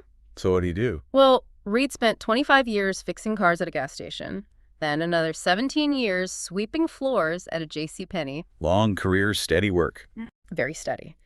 He bought a modest 2-bedroom house for $12,000 when he was 38, lived there his whole life. He was widowed at 50, never remarried. His main hobby, a friend once recalled, it was just chopping firewood. A simple life. Extremely simple. Yet when he died in 2014 at age 92, this humble rural janitor made international headlines. Why? What happened? He left over $8 million. $8 million. Yep. About $2 million to his stepkids and a staggering $6 million split between his local hospital and library. From a janitor. That completely defies, well, everything you normally think about building wealth. It really does. I can only imagine the shock of people who knew him. Where did it all come from? You said no lottery, no inheritance? Nope. No secret windfall, no high-flying business deals, just a quiet life of hard work and, crucially, a very specific, consistent set of behaviors. Okay, so what was his secret formula? How does an unassuming guy like that achieve such an extraordinary financial outcome? Well, as Housel puts in the book, there was no secret at all. His formula was disarmingly simple, but profoundly powerful. Which was? He saved what little he could consistently from his modest wages. That's step one. Okay, saving. Makes sense. Then he invested those savings in what our sources describe as blue-chip stocks. Ah, okay. So big, stable companies. Exactly. Think Procter & Gamble, Johnson & Johnson companies with long, reliable histories of earnings and dividends. Nothing flashy. Got it. And then? And then he just waited. Waited. For decades. He let those tiny, consistent savings compound year after year through market ups and downs. No panic selling, no greedy buying, just patience. And it grew to more than $8 million. Patience and consistency over decades. That was it. And the contrast with our earlier genius, the tech exec, it's truly stark. Just a few months before Ronald Read died, another guy, Richard Feascone, was in the news. Okay, who was he? Feascone was, in many ways, everything Read was not. Harvard-educated, Merrill Lynch executive, MBA. High flyer. Totally. Lauded in business circles for his business-savvy, leadership skills, sound judgment. Crane's Business magazine even put him in a 40 under 40 list. So the opposite of Read. Completely. Yet, around the same time Read passed away with his millions, Feascone lost his huge mansions in Palm Beach and Greenwich to foreclosure. Foreclosure. After all that success. Yep. His Greenwich home, famous for this extravagant indoor pool with a transparent cover, sold in foreclosure for like 75% less than its estimated value. Wiped out. Wow. So what was the difference? Why did Read succeed and Feascone fail so spectacularly? As Housel notes, very simply, Ronald Read was patient. Richard Feascone was greedy. Patience versus greed. That's it. That behavioral distinction, according to the analysis, completely overshadowed their immense gap in education, experience, and initial opportunity. That's incredible. It profoundly underscores that financial success isn't some rigid blueprint, laws you plug into a calculator. It's more fluid, almost like an art, a soft skill rooted in psychology and behavior, more like mastering an instrument than solving an equation. These stories really do compel you to rethink what drives success and failure. It's clearly not just raw intelligence or formal training. Not at all. It's about how you operate in the world, the habits you build, the emotional discipline you bring. Right. But this behavioral piece, it's deeply intertwined with another set of often invisible forces, isn't it? Because how you operate, the choices you make, they don't happen in a vacuum. True. They're constantly interacting with these two powerful, unpredictable forces that Housel calls siblings. Luck and risk. Exactly. Luck and risk. They are, as the book puts it, the reality that every outcome in life is guided by forces other than individual effort. It's like that Stat Galloway quote. Nothing is as good or as bad as it seems. Precisely. We inherently want to believe we're fully in control. that our destiny is entirely in our own hands. The illusion of control. Yeah, but these forces, luck and risk, are constantly at play, shaping not just the final outcomes, but the very landscape where our behavior plays out. And to really grasp this interplay, let's dig into another incredible story, almost mythic, really. Bill Gates. Ah, okay. The ultimate example, maybe. Well, his name is synonymous with staggering intelligence, relentless hard work, a vision for computing few could match. We all know that. Sure. But Housel highlights a critical, often overlooked piece of his origin story, a foundational element that was undeniably a stroke of profound luck. Which was? He attended Lakeside School in Seattle in 1968. Okay. What was special about Lakeside? It was one of only a handful of high schools in the entire world with a computer at that time. In the world. Yes. In 1968. That's right. And the story of how they got it is amazing itself. A visionary math teacher, Bill Dougal, convinced the Lakeside School Mothers Club to use proceeds from their annual rummage sale, about $3,000. From a rummage sale. Yeah, to lease a teletype Model 30 computer hooked up to a GE mainframe for time sharing. This was revolutionary stuff. Time sharing was new then, right? Barely invented. It let multiple users access the same expensive computer, making it feel like they had their own machine. An incredible playground. So Gates had access to this as a kid. As an 8th grader, think about it. Most university graduate schools didn't have computing power like that back then. That is unbelievable access. And because it was part of an independent study program, he and Paul Allen could just toy away with the thing at their leisure. Countless hours after school, late nights, weekends, just letting their creativity run wild. Unfettered access. Gates himself openly said if there had been no Lakeside, there would have been no Microsoft. Wow. He attributes it directly. Directly. It was, by any measure, a 1 in a million head start, an undeniable, colossal stroke of luck that fundamentally shaped his future, and ours, too, really. A 1 in a million luck factor. That's quite a statement. And deeply humbling when you think about how unlikely that opportunity was. Absolutely. It paints this picture of exceptional talent meeting an incredibly rare, perfectly timed opportunity, something you just couldn't engineer. Right. Couldn't plan for it. But the story, fascinatingly, doesn't end there, does it? Because where you find extraordinary luck, You often find it sibling. risk, sometimes equally powerful and tragically devastating, even among people who share the same lucky start. Indeed. Housel then introduces us to Kent Evans. Kent Evans, I don't know that name. He's the largely forgotten third member of that original high school computer prodigy group at Lakeside. The third amigo. Pretty much. Bill Gates and Kent Evans became best friends in 8th grade. Their bond was so strong that Gates, decades later in that Inside Bill's Brain documentary, could still recall Evans's old phone number from memory. Wow. That's a real connection. Yeah. And Gates described Evans as the best student in the class, equally skilled with computers as both Gates and Allen. As skilled as Gates and Allen. According to Gates, there's this great anecdote. The school struggled with manually creating class schedules, a nightmare of complexity. They tasked Bill and Kent, still just kids, to build a computer program to solve it. And did they? It worked flawlessly, revolutionized how the school ran things. Incredible. And unlike Paul Allen, Kent apparently also shared Bill's intense business mind and endless ambition. So tech skills and business drive. Exactly. Gates vividly remembered them scheming about the future. Should we go be CEOs? What kind of impact could you have? Should we go be generals, ambassadors? Big dreams. Wow. Planning it all out. And Gates expressed this clear, heartfelt belief. We would have kept working together. I'm sure we would have gone to college together. So Evans could have been. By all accounts, based on Gates' own words and Evans' abilities, Kent could very well have been a founding partner of Microsoft, right alongside Gates and Allen, an integral part of it all. That's a truly profound thought. How a single individual so talented, so instrumental in those early days could have been part of that future. Yeah, imagine Microsoft with 3 founders like that. It's almost impossible to picture it any other way now, but we rarely hear his name. Yeah. So what happened to Kent Evans? Where did his path diverge? Tragically, Kent died in a mountaineering accident before graduating high school. Oh no, while still in high school. Yeah. In the U.S., there are, on average, maybe 3 dozen mountaineering deaths a year. So the odds of being killed climbing a mountain while you're still in high school, roughly 1 in a million. 1 in a million. Just like Gates' luck with Lakeside. Exactly the same odds, working the other way. Consider the astonishing parallel. Bill Gates experienced 1 in a million luck by landing at Lakeside, getting that crucial head start. Right. Ken Evans experienced 1 in a million risk by never getting to finish what they started. His immense potential tragically cut short. The same force, same magnitude, just opposite directions. Precisely. For two individuals with similar talent, similar drive, on the exact same path initially, it illustrates, with heartbreaking clarity, that the world is just too complex for 100% of your actions to dictate 100% of your outcomes. Those accidental impacts. They can be more consequential, more defining than the most deliberate choices we make, entirely outside our control. That's a truly powerful and, humbling contrast, isn't it? It really drives home this idea that we're all playing this game with billions of others, infinite moving parts. Where these accidental impacts can just overshadow our best-laid plans.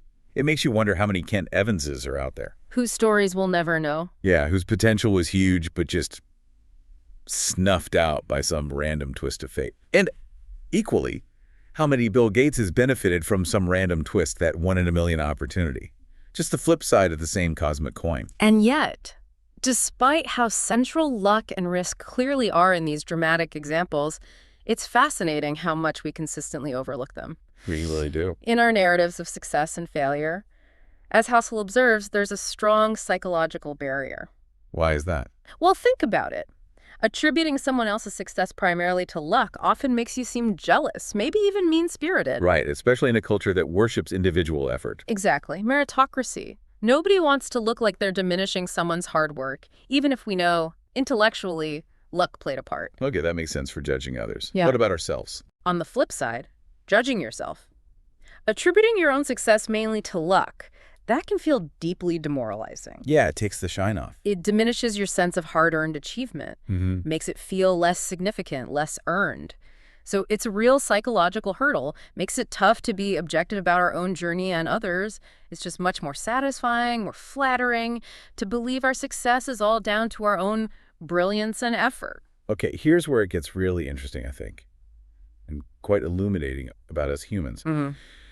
There's research by an economist, Bhaskar Mazumdar, and he unearthed this truly surprising finding. What did he find? Incomes among brothers are more correlated than their height or weight. More correlated than height or weight, seriously. Yeah, just pause on that for a second.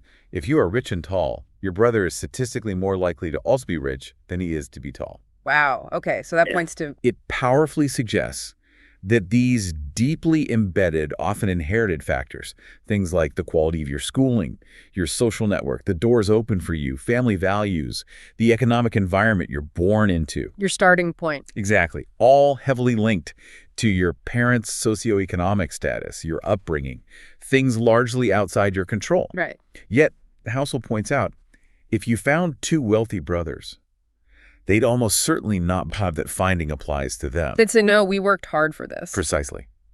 Because we prefer these simple, clear-cut narratives of individual effort, merit, self-made success, even if they're misleading. They're just more palatable, more empowering, maybe. Than confronting the messy, uncomfortable reality of randomness, inherited advantage, the sheer lottery of birth. It's that narrative fallacy or fundamental attribution error. Again, right, overemphasizing the internal, underemphasizing the external. And this pervasive bias extends profoundly into how we judge historical figures, too. Often clouds our understanding, leaves us with incomplete, sometimes dangerous lessons. How so? Well, take those titans of industry like Cornelius Vanderbilt or John D. Rockefeller. Okay, the robber barons. Right. Housel discusses how their frequent bending or breaking of laws, their aggressive, often ruthless tactics, they're routinely praised by historians as cunning business smarts. Shrewdness, boldness. Exactly. Vanderbilt famously said, "What do I care about the law? Ain't I got the power?" And that quote is often recounted with this hint of admiration, framing his disregard for laws as courageous, visionary boldness. Right, like he was above it all. Yet, if another company, say Enron, does something strikingly similar, bends, breaks, ignores rules for profit, they are universally condemned. Corrupt, criminal, unethical. Yeah. The line between bold and reckless is incredibly thin. Yeah. Very subjective. And crucially, as the book points out, it's only visible with hindsight. Hindsight makes geniuses or criminals. Exactly. Without properly accounting for luck and risk, without understanding the specific circumstances and the role of the dice in those moments, that line is often invisible. We can't objectively assess their decisions in the moment. So Rockefeller's story could have gone very differently. Think about it. Standard Oil was called no better than a common thief by a judge for his tactics. He's revered now as this unassailable genius. But how little would things have needed to shift? How few of those risky bets needed to turn against him for his story to flip from genius to criminal in the public mind? Not much, probably. Very little. We just cherry-pick the successes and rationalize the questionable stuff after the fact, once we know how it turned out. Okay, so what does this all mean for us then? This difficulty in separating skill from luck, bold from reckless. Yeah. It makes it incredibly hard to learn what actually works with money, doesn't it? It absolutely does. It blinds us. We focus on the visible stuff, the headlines, the narratives. Without seeing the invisible variables, the luck, the risks that were often the real deciding factors. It's like trying to understand a complex machine just by looking at its shiny outside, ignoring the crucial gears inside. Precisely. And the core problem, as Housel highlights, is that in real time, it's almost impossible to know, like, was that 5-year flat period for your stock a genuinely bad decision on your part? Or just bad luck. Or just the unfortunate side of, say, an 80% chance of making money? How do you distinguish that in the moment? Was it a mistaken judgment or just risk rearing its head? You really can't day to day. It's too hard to measure statistically. So our brains, craving simplicity, just grab onto simple stories. They're easy to digest, easy to retell. But often totally misleading. Devilishly misleading because they gloss over that messy reality of randomness. Think about a magazine like Forbes. Right, celebrating success. They almost certainly celebrate rich investors who made, okay, maybe even reckless decisions, but just got lucky. Rode a wave. Exactly. Rode a market wave, caught a trend, low probability but big payoff. But Forbes, or any similar publication, rarely, if ever, celebrates a maybe poorer investor who made genuinely good, well-researched decisions based on sound principles, but just got hit by bad luck. The unlucky side of risk. Right. Both might have, as Housel puts it, flipped the same coin that happened to land on a different side, but only one gets the praise, the cover story, the adulation. And that creates dangerous lessons. Absolutely. It encourages emulating luck, which you can't control, instead of focusing on sound judgment and consistent, disciplined behavior, the only things you can control. We learn to chase the extreme outlier, not the sustainable average. Okay, so if luck and risk are so pervasive, so tangled up, and so hard to pin down, how can you, our listener, navigate your financial journey more effectively? It sounds kind of like a minefield. It can feel that way. A casino where the odds are invisible. But the good news is, Housel's insights aren't just about spotting the problems. They offer concrete wisdom, too. Yeah, there are actionable takeaways. Our source gives 2 absolutely crucial pieces of advice. Things that can point you in a profoundly better direction, help cut through the noise, recognize those unseen forces, and focus on what really matters. Okay, the first piece of advice is fundamental. It's a call for profound humility. Humility. Oh. Be careful who you praise and admire. Be careful who you look down upon and wish to avoid becoming. Unpack that a bit. It means being really cautious about assuming that 100% of anyone's outcomes, good or bad, are solely down to their own effort and decisions. Look beyond the surface. Exactly. Housel mentions writing a letter to his son after he was born, encapsulating this idea. He wrote, "Not all success is due to hard work, and not all poverty is due to laziness." That's powerful and true. People are born into vastly different circumstances, right? The lottery of birth. Some get families encouraging education, access to elite schools. Others get flourishing economies. Others get war zones, dire poverty, systemic barriers. Completely different starting lines. Totally. And these initial conditions, completely outside individual control, play a huge role in shaping life trajectories, including financial ones. So keeping that perspective. Keeping that broader, more empathetic perspective in mind can fundamentally change how you judge people. And yourself. Less judgment, more understanding. Yes. It cultivates necessary humility, helps you see those powerful, invisible forces, luck and risk, and crucially, refocuses your energy on what you can control. Your behavior, your choices. Your discipline. It stops you falling into the trap of thinking every success story is pure genius to be worshipped, or every struggle is just laziness to be scorned. It allows for a more nuanced, compassionate, and frankly more accurate view of the human condition and money. That is a powerful call for humility. And as we said, always a good thing to cultivate, especially in finance, which can be so driven by ego and certainty. It shifts the view from rigid judgment to more compassionate, realistic understanding, seeing the whole story, not just the highlight or the low point. Okay, so what's the second piece of practical advice for navigating this complex landscape? The second piece is equally crucial for actually doing something with this knowledge. Focus less on specific individuals and case studies and more on broad patterns. Broad patterns, not specific people. Why? Housel explains that the extreme examples, the billionaires, the headline-grabbing CEOs, or conversely, the massive failures, they're often the least applicable to your own life. Really? We tend to focus on them the most. We do, but their outcomes are usually so heavily influenced by the extreme ends of luck or risk that trying to emulate them is often futile, maybe even dangerous. Because their circumstances were so unique. Exactly. The more extreme the outcome, the less likely you can directly apply its lessons. That specific mix of unique opportunities and unforeseen risks that shaped their path, almost impossible to replicate. So where should we look instead? Look for common, broad patterns of success and failure that apply to the vast majority of people. Things you see repeated over and over. Like what? Give me an example. Like realizing that people who consistently save some portion of their income, even if it's small, tend to build wealth over time. That's a broad, common observation. Okay. Simple but effective. Or that individuals who gain more control over their time tend to report higher levels of happiness. That's broad enough that you can actually do something with it. Maybe adjust your career or lifestyle to prioritize time autonomy. That's interesting, the link between time control and happiness. Yeah, and that's a theme we'll definitely dig into much deeper in future deep dives.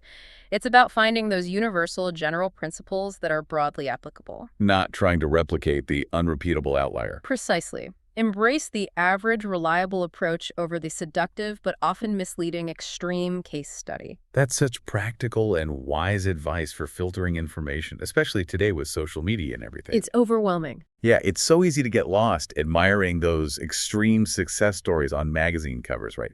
The secret to billions. We've all seen them. But as you've pointed out, they might not be teaching the most relevant or even the safest lessons for your journey. It's about finding those universal truths that lead to consistent, sustainable progress. Not chasing the rare exception. Exactly. Yeah. And tied right into this, Housel brings up that profound wisdom from Bill Gates again, a stark self-reflection from one of the most successful people ever. What did Gates say? Success is a lousy teacher. It seduces smart people into thinking they can't lose. Oof, that hits home. Doesn't it? When things are going incredibly well for you, investments soaring, business thriving, it's absolutely vital to acknowledge the role luck might have played. Maintain perspective. Right. It's not about diminishing your hard work or talent, but keeping things grounded. Because if you acknowledge luck helped your success, Then you have to acknowledge risk can undo it. you must believe in luck's unpredictable cousin, risk. It can turn things around just as quickly, maybe quicker. The same forces that lifted you can bring you down. And what about the flip side? Failure. Failure can also be a lousy teacher. Yeah. It can make you think your decisions were terrible, that you're just flawed. When maybe it was just bad luck again. When maybe it just reflected the unforgiving realities of risk, the unlucky 20% outcome from an 80% good decision. You did everything right, the dice just rolled wrong that time. So what's the practical advice then? How do you deal with that uncertainty? The trick is to arrange your financial life with what Housel calls room for error. Room for error. Margin of safety. Build in enough cushion, enough resilience, so that a single bad investment, an unexpected downturn, a missed goal, it won't wipe you out entirely. Survive to play another day. Exactly. You need enough resilience to keep playing until the odds fall in your favor. Because over the long haul, with enough attempts and consistent behavior, those statistical probabilities tend to even out. Your good decisions eventually yield results. So it all comes back to. It reinforces that powerful principle. Nothing is as good or as bad as it seems. Maintain balance, humility, realism. Understand the journey is long, full of both fortune and misfortune. #outro. Wow. What an incredible deep dive into these intertwined, often invisible forces of luck and risk. It's a lot to think about. It really is. It's such a powerful and, truly humbling reminder that our financial lives, our careers, our successes, they're far more complex than just simple cause and effect. Definitely not A plus B equals C. Not at all. It's clear that humility and just having a realistic perspective on randomness are maybe our most valuable assets, even if they don't show up on a balance sheet. Intangible, but crucial. These stories really shake up those comfortable narratives we tell ourselves, don't they? About how wealth is made or lost, how careers rise and fall. Indeed. Today, you've heard how extraordinary luck, that 1 in a million head start, can propel someone to dizzying heights, shaping not just their destiny, but the world around us. Like with Gates. And conversely, how equally potent risk can tragically derail someone else, even with similar talent and drive, like Ken Evans. Heartbreaking. You've also gained insight into how hard it is for us, with our biases, our craving for simple stories, to really tell the difference between skill and chance. Praising one, condemning another for similar actions. Just based on the outcome, exactly. So this profound understanding that nothing is ever truly as good or as bad as it seems. It lets us judge ourselves and others with more compassion, more realism. And focus on what we can control. And most importantly, yes, focus our precious energy on the behavioral aspects of money that are genuinely within our control. So the next time you encounter someone wildly successful or you hear about a sudden dramatic failure, maybe just take a moment, pause. Remember that invisible, powerful hand of luck and risk that's almost certainly playing a part. It's not just about what people do, but the unpredictable forces shaping their journey. The hidden variables that so often determine the final score. Hopefully this understanding reshapes how you think about striving for success, how you manage your own expectations. And how you view your own unique path. And speaking of striving for success and managing expectations, even when you start to grasp this dance between luck and risk, there's another powerful psychological force just waiting. Always there. Oh. What's that? It's that deeply ingrained human tendency to always want a little more, no matter how much you already have. The moving goalpost. Exactly. It's this insatiable drive. It can lead to immense achievement, sure, but also profound, sometimes catastrophic regret, pushing millionaires to whisk it all to become billionaires, or ordinary folks to jeopardize their security for just a bit more. That is a perfect lead-in to our next deep dive. And a really compelling thought to leave everyone with. It's a powerful one. We'll be exploring Chapter 3 of The Psychology of Money, which is aptly titled Never Enough. A very fitting title. We'll discover why even the wealthiest among us can find themselves chasing that ever-moving goalpost, constantly striving, risking everything for what they don't truly need, and the profound implications that has for happiness, peace of mind, and financial well-being. Join us next time for that essential conversation. Thanks for tuning in to the Book Summary Podcast. If you found value in today's episode, hit that like button, subscribe for more summaries, and share it with someone who's ready to grow. Want deeper insights, exclusive book notes, and reading tips? Join our free newsletter. The link's in the description. And don't forget, if you'd like to read the full book, our affiliate link is right below. It helps support the channel and keeps the summaries coming. Until next time, keep reading, keep growing.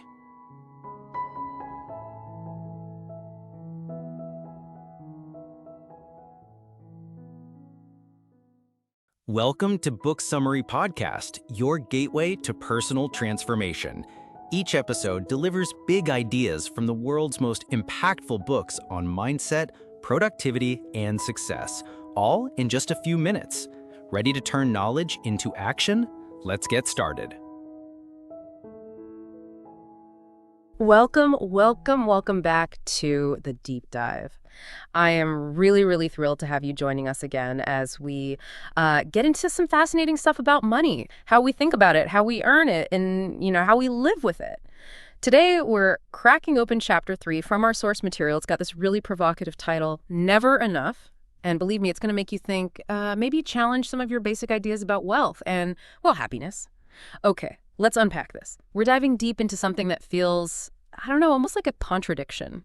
This idea that having more money doesn't automatically equal being happier. In fact, sometimes chasing more all the time can actually lead to, well, disaster, unhappiness, really bad choices, sometimes even total ruin. Yeah, it's a crucial point you're raising there. So the big question for us today is, how do these incredibly successful people, people with wealth, most of us can barely imagine, how do they still get caught in this trap? This like insatiable desire for more, often risking everything they already have, and maybe more importantly, everything they actually need. What pushes someone who's already at the top, financially speaking, to keep going, often right over the edge? You've really hit on something central there. Because, as a society, we tend to look at financial success mostly through the lens of accumulation, right? Bigger numbers, more assets. The portfolio always needs to grow. Yeah, bigger is better. Bigger is better, exactly. But this chapter and what we're digging into today, it frames it quite differently. It's not just about the raw amount of money someone has. Okay. It's more about these, deeply ingrained human behaviors, these psychological patterns that, drive our decisions, and the huge impact of our internal grasp, or maybe our lack of grasp of what enough actually means. That internal sense. Precisely. And this isn't, just about the billionaires or the famous names you hear about. It's a really pervasive psychological challenge. It affects pretty much everyone's financial life, no matter where they are on the ladder right now. Yeah. It boils down to that internal feeling, Yeah. Psychological satisfaction or dissatisfaction, more than just the numbers on a spreadsheet. Absolutely. So for this deep dive, our mission really is to explore how this constant chase for more, often fueled by these goalposts that just keep moving, and that tricky trap of comparing ourselves to others, how that can lead people down a path to, personal and financial ruin. We want to show you how defining your own sense of enough isn't just some nice philosophical idea, or something for people who aren't ambitious. It's actually a critical, often completely overlooked, but totally essential financial skill. It really is. Foundational, almost. Yeah. So we'll use some really powerful stories and some deep insights from the source material to make these sort of abstract ideas feel real, relatable, and hopefully really valuable for you as you figure out your own financial path. Ready to jump in? Let's do it. The mirage of more when accumulation leads to ruin. Okay, so to get us started, let's dive right into this anecdote.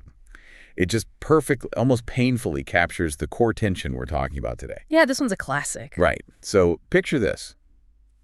A super glamorous party, like impossibly fancy, out on Shelter Island.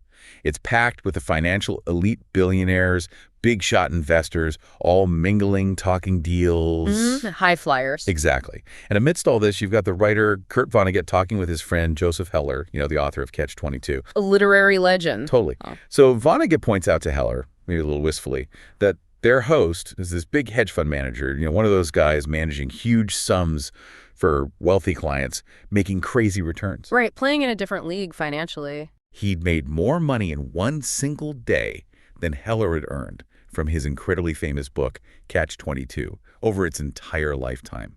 Think about that. It's staggering when you put it like that. And Heller's response, it was simple, but just, wow, a total mic drop. He just looked at Vonnegut and said, yes, but I have something he will never have. Beyond. Enough. Ah, there it is. Just enough. And this is where it gets really, really interesting, isn't it? Because that tiny exchange, it just lays bare the central conflict of this whole deep dive, that stark, sometimes uncomfortable difference between having tons of material wealth and having this deep internal feeling of contentment. Exactly. It's a powerful reminder, almost poetic, like you said. Money can buy a lot, no doubt, security, fancy things, opportunities, but it doesn't automatically buy that very personal, very human sense of sufficiency. Yeah, you can't order enough on Amazon. Chuckles slightly. No, you really can't. It's a state of mind, not a commodity. Heller's comment just cuts through all the usual ways we measure success, the balance sheets, the income statements. It points to this basic human tendency we often forget. No matter how much we get, how high we climb, there's often this little voice, this nagging feeling that it's still not quite enough. Always needing more. Which raises a really big question for all of us, right? What actually drives people, even those with just incredible wealth people who, by any objective standard, have way more than enough? What drives them to keep pushing for more, often in ways that end up hurting them badly? Yeah. What's the psychology there? As you said so well, it's clearly not about the actual dollar amount. It has to be about some specific, often hard to pin down internal state. That psychological satisfaction, or maybe more often, that psychological dissatisfaction. Right. It might be about status, or maybe a feeling of security that money promises but never quite delivers, or maybe just chasing novelty. It seems money, weirdly, often fails to really satisfy those deeper drives. And to really see how dangerous this endless chase can be, let's look at some pretty extreme but very telling real-world examples right from the top of the financial world. These stories are sobering. They really are. Our first one is just a spectacular fall from grace. Mm-hmm. The story of Rajat Gupta. I mean, this guy's journey was incredible, a total rags to riches story. The kind people make movies about. Exactly. Came from humble beginnings, slums of Kolkata in India, but just brilliant, incredibly ambitious. Climbed all the way up to become the CEO of McKinsey & Company. Which is, arguably the most prestigious consulting firm in the world. Huge deal. Huge. Yeah. And then he retires in his 40s, which is already amazing. Seems like he's all set for this life of global impact, philanthropy, working with the UN, the World Economic Forum, partnering with Bill Gates. They're living the dream by any measure. Absolutely. So by 2008, and that year becomes really important, Gupta is reportedly worth $100 million. $100 million. I think pause on that number. It's hard to even comprehend for most people. Right. And the source material makes this great point. Just a basic 5% return on that much money, which is pretty conservative, easy to get on the market. That alone generates almost $600 an hour. Every hour, 2047, without him doing anything. Wow. That's passive income on a scale most can't fathom. He had it all, objectively speaking. Unbelievable wealth, massive prestige, power, total freedom to do whatever he wanted. He could have chosen any path. So what went wrong? Well, this is the kicker. The source tells us what he really wanted, what was eating at him, was to be a billionaire. Ah, not just a 100-millionaire. Nope. He was already in the hundreds of millions circle, being on the board of Goldman Sachs and places like that. But he desperately, maybe obsessively, needed to be in that billionaire circle. It wasn't about needing more money for things. It was status. It was about belonging to that even more exclusive club. That upward comparison again. Exactly. And this burning desire for more, for that next zero, it led him down this incredibly dark, self-destructive road. Okay. So 2008, financial crisis is raging. Goldman Sachs is in trouble. Warren Buffett, the legendary investor, decides he's going to make a huge $5 billion investment to stabilize the bank. A massive vote of confidence. That's huge news. Huge. And as a Goldman board member, Gupta finds out about this deal before it's public knowledge. Highly valuable inside information, right? Because Buffett's backing would obviously make Goldman's stock price jump. Oh, I see where this is going. Yep. Just 16 seconds after hearing about the deal, while he's still literally on the confidential board, call to Gupta hangs up and immediately calls a hedge fund manager named Rajaratnam. 16 seconds. That's blatant. The call itself wasn't recorded, but what happened next was crystal clear. Rajaratnam immediately bought 175,000 shares of Goldman Sachs stock. A few hours later, the Buffett deal is announced publicly, Goldman stock shoots up, and Rajaratnam makes a quick $1 million profit. Just like that. Wow. Off that one tip. And apparently this wasn't a one-off thing. The SEC later claimed Gupta's tips led to something like $17 million in illegal profits for Rajaratnam's fund over time. So the consequences must have been severe. Catastrophic. Both Gupta and Rajaratnam went to prison for insider trading. Their amazing careers, their reputations built over decades, their personal freedom, all gone. Irrevocably ruined. It's just such a stark story. And when you connect it to the bigger picture, the psychologist you were talking about, it's almost unbelievable, isn't it? It shows so clearly that the problem wasn't a lack of money. Not at all. It was this deep, dangerous absence of a feeling of enough. He literally had everything anyone could reasonably want. Wealth, beyond measure, prestige, power, freedom, the chance to do good in the world. Threw it all away. Exactly, threw it all away because he wanted more. And it's not just simple greed, though I'm sure that's part of it. It really highlights this incredibly powerful psychological track, doesn't it? Constantly comparing upwards, chasing a moving target, and then taking completely irrational risks to try and hit it. Blurring the line between ambition and recklessness. Precisely. Healthy ambition becomes this self-destructive pursuit. Even for someone like Gupta, who is already at the absolute peak, that chase for external validation, for getting into that billionaire circle, it just overshadowed all rational thinking. Utter catastrophe. It really does make you wonder, doesn't it? What is it about getting so much success that sometimes seems to, I don't know, short-circuit rationality? Instead of feeling secure, people feel this need for even more. It's a pattern, unfortunately. And we see it repeated. Let's take another really stark example, Bernie Madoff. Now, everyone knows him now as this notorious fraudster, the architect of that massive Ponzi scheme. Right, infamous. But before all that collapsed, Madoff was actually seen as a hugely successful and totally legitimate businessman. He wasn't some fringe character. He was a market maker. Which is a really crucial role in the markets, right? Providing liquidity. Exactly. Matching buyers and sellers, making trading smooth and efficient. And he was apparently really, really good at it. The source tells us his legitimate market-making business was generating somewhere between $25 and $50 million a year, legitimately. 25 to 50 million a year. Okay, that's already immense wealth. Immense. So what does this tell us for our discussion? It means, just like Rajat Gupta, Madoff already had huge legitimate wealth. He wasn't struggling. He wasn't desperate. He was incredibly, legitimately rich. Okay, so the Ponzi scheme wasn't born out of necessity? Not even close. Yeah. Yet, despite having this secure, massive income stream, he still chose to commit fraud. He ran that Ponzi scheme for decades, cheating investors out of billions before it all finally imploded. His motivation, again, it seems like it wasn't about a lack of money. It seemed to be this insatiable hunger for something more, something beyond what his already highly profitable, legitimate business could give him. It's that same pattern, isn't it? What's truly striking here is the common thread between Gupta and Madoff. These weren't people pushed into crime by poverty or desperation. Yep. These were people who, by any objective standard, already had everything. Unimaginable wealth, prestige, power, freedom. Everything. And they risked it all, they threw it all away because they just wanted more. It's a different kind of crime. Completely different. It's distinct from, say, crime committed by those living on the edge of survival, which, while also tragic, often comes from a place of trying to meet basic needs. The actions of Gupta and Madoff and others like them, they point to a different kind of psychological issue, a fundamental flaw in how they defined enough for themselves. Yeah. Warren Buffett, he always has such sharp insights into this stuff.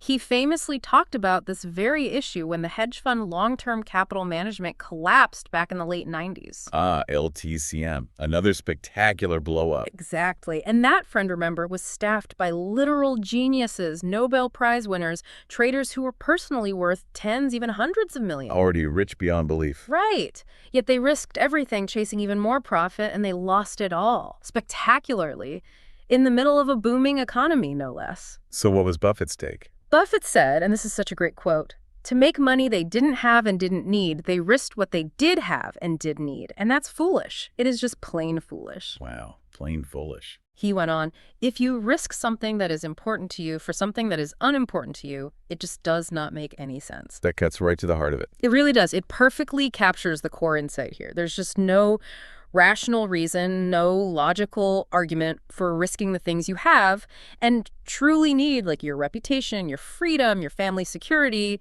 for something you don't have and in the grand scheme of things don't really need. It seems so obvious when you put it like that. It is obvious, and yet it's a truth that gets tragically ignored all the time in the real world. Unpacking the behavioral mechanics of never enough. Those are, really powerful and frankly pretty unsettling stories from the extreme end of finance.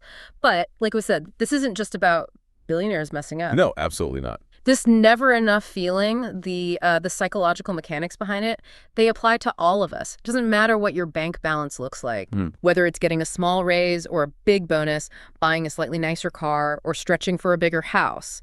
These same forces are working on us. Okay, so let's unpack this a bit more. The source material gives us 3 really key lessons for understanding this, and more importantly, for maybe managing it in your own life. And that overlooked truth, that kind of fundamental foolishness that Buffett pointed out, that's exactly why getting a handle on these behavioral patterns is so vital for your financial health, not just for the super rich. Right. If you can recognize these common traps, see them showing up in your own thinking or your own actions, you can actually do something about it. You can work to avoid them, build a more, resilient and satisfying financial life. Be proactive, not reactive. Exactly. Yeah. Especially in a world that's practically designed to constantly make you feel like you need more, like you should want more. Okay, so lesson number 1. And the source calls this maybe the hardest financial skill there is. It's learning how to get the goalpost that won't stop moving to finally just stop. The moving goalpost, yes. It's that thing where our expectations just creep up right alongside our results, right? You hit a financial target, maybe you get that raise you wanted, or an investment pays off, or you pay off a big debt. Feels good for a minute. For a minute. And then, instead of just enjoying that feeling, your brain immediately sets the next target, even further away. It creates this exhausting treadmill where, like the source says, one step forward pushes the goalpost 2 steps ahead. Yeah, you never actually arrive. Never. And the result is this constant low-level feeling of falling behind. Like you're never quite measuring up. Which then, and this is the dangerous part, makes you more inclined to take greater and greater amounts of risk. You feel like you have to, just to catch up to this target that keeps running away from you. It's a vicious cycle. Totally. Now, this next part is really insightful, maybe a little uncomfortable too. The source argues that modern capitalism, for all its strengths, is really, really good at 2 things. Okay. 1, generating wealth, obviously, but 2, almost as a side effect, generating envy. Wealth and envy, hand in hand. Hand in hand, exactly. The source suggests they often go together. I mean, think about it. We're constantly bombarded with images of other people's success, right? Whether it's real success or just, carefully curated stuff online. Mm-hmm. The highlight reel. Yeah, the highlight reel. And seeing all that, it subtly, maybe unconsciously, bumps up our own aspirations. We see what they have, what they've done, and our internal benchmark just shifts upwards. Right. So if you think about happiness as a basic equation, like results minus expectations, well, if your expectations are always being pushed higher, always staying ahead of your actual results, then real satisfaction, no matter how much you actually achieve, just stays out of reach. Always chasing. Always chasing that horizon that just keeps receding as you get closer. You never actually get there. What you're describing there, where our expectations just keep ratcheting up, it's a textbook example of something psychologists call hedonic adaptation, or the hedonic treadmill. Hedonic adaptation, okay. Yeah, basically it just means we get used to new things really quickly, even really good things. And then our baseline for what feels happy or normal just shifts up. Like that new car feeling wears off fast. Exactly. That new car, the bigger bonus, the successful project, maybe even that dream vacation, it gives you a rush at first, right? A feeling of satisfaction, accomplishment. Sure. But very quickly, almost without noticing, it just becomes the new normal. The initial joy fades, the novelty disappears, and our brain is already scanning for the next thing, the next achievement. That'll give us that same kind of buzz. It's an endless cycle. It really can be. And this constant pursuit of a moving target, it takes a real psychological toll. It can lead straight to burnout, chronic dissatisfaction, and, like you said, that dangerous increase in risk-taking, because you're always needing a bigger hit, that satisfaction feeling. Right. It fundamentally shifts our focus away from things that might bring deeper, more lasting fulfillment, things like relationships, purpose, personal growth, and puts it all onto this external, often unreachable measure of success. So how do you fight that? Well, consciously.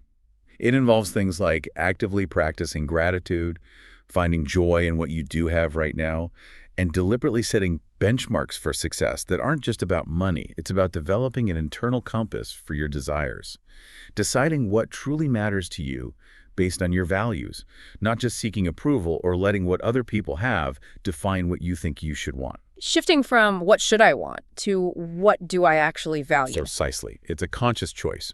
Which leads us perfectly into the second lesson, the trap of social comparison. This is where that moving goalpost gets its rocket fuel, right? It just amplifies that feeling of never enough. Oh, hugely. Comparison is the thief of joy, as they say. Totally. And the source uses this brilliant but also kind of depressing ladder of wealth example to show just how unwinnable this game is. Okay, let's hear it. All right, imagine a rookie baseball player. He just signed his first contract, maybe making $500,000 a year. Now, by almost any standard on earth, this guy is incredibly rich, right? Set for life if he's smart. Absolutely. Top percentile income. If he happens to play on the same team as a megastar like Mike Trout, who has, a $430 million contract, suddenly that rookie earning $500,000 can easily start to feel broke in comparison. Yeah, relativity kicks in hard. He sees Trout's lifestyle, maybe the private jet, the huge house, the endorsement deals, and his own $500,000 starts to feel inadequate. Even though it's objectively a huge amount of money. Right. But the comparison ladder doesn't stop there, does it? Mike Trout, earning his $36 million a year, which is just astronomical, he might look at the top hedge fund managers.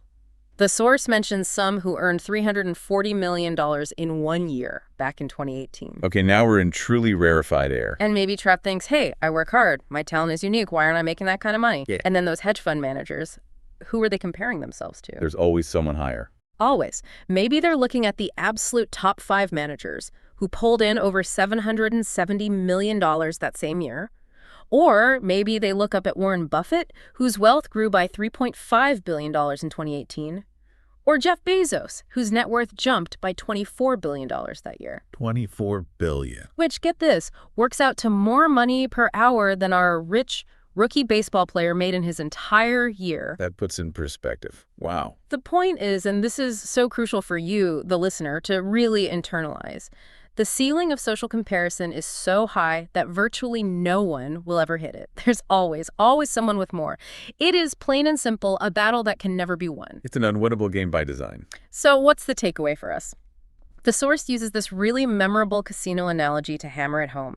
A friend of the author asked this old, seen-it-all Las Vegas dealer what games he played in the casino. Okay. And the dealer, completely serious, just says, the only way to win in a Las Vegas casino is to exit as soon as you enter. Jekyll's. That's bleakly accurate. Isn't it? And the source argues that this advice applies perfectly to the game of trying to keep up with other people's wealth. If you don't define your own exit strategy, if you don't decide when you have enough and you're willing to just walk away from the comparison game, you are absolutely guaranteed to lose. Because the house always wins. Sort of, because the game itself never ends.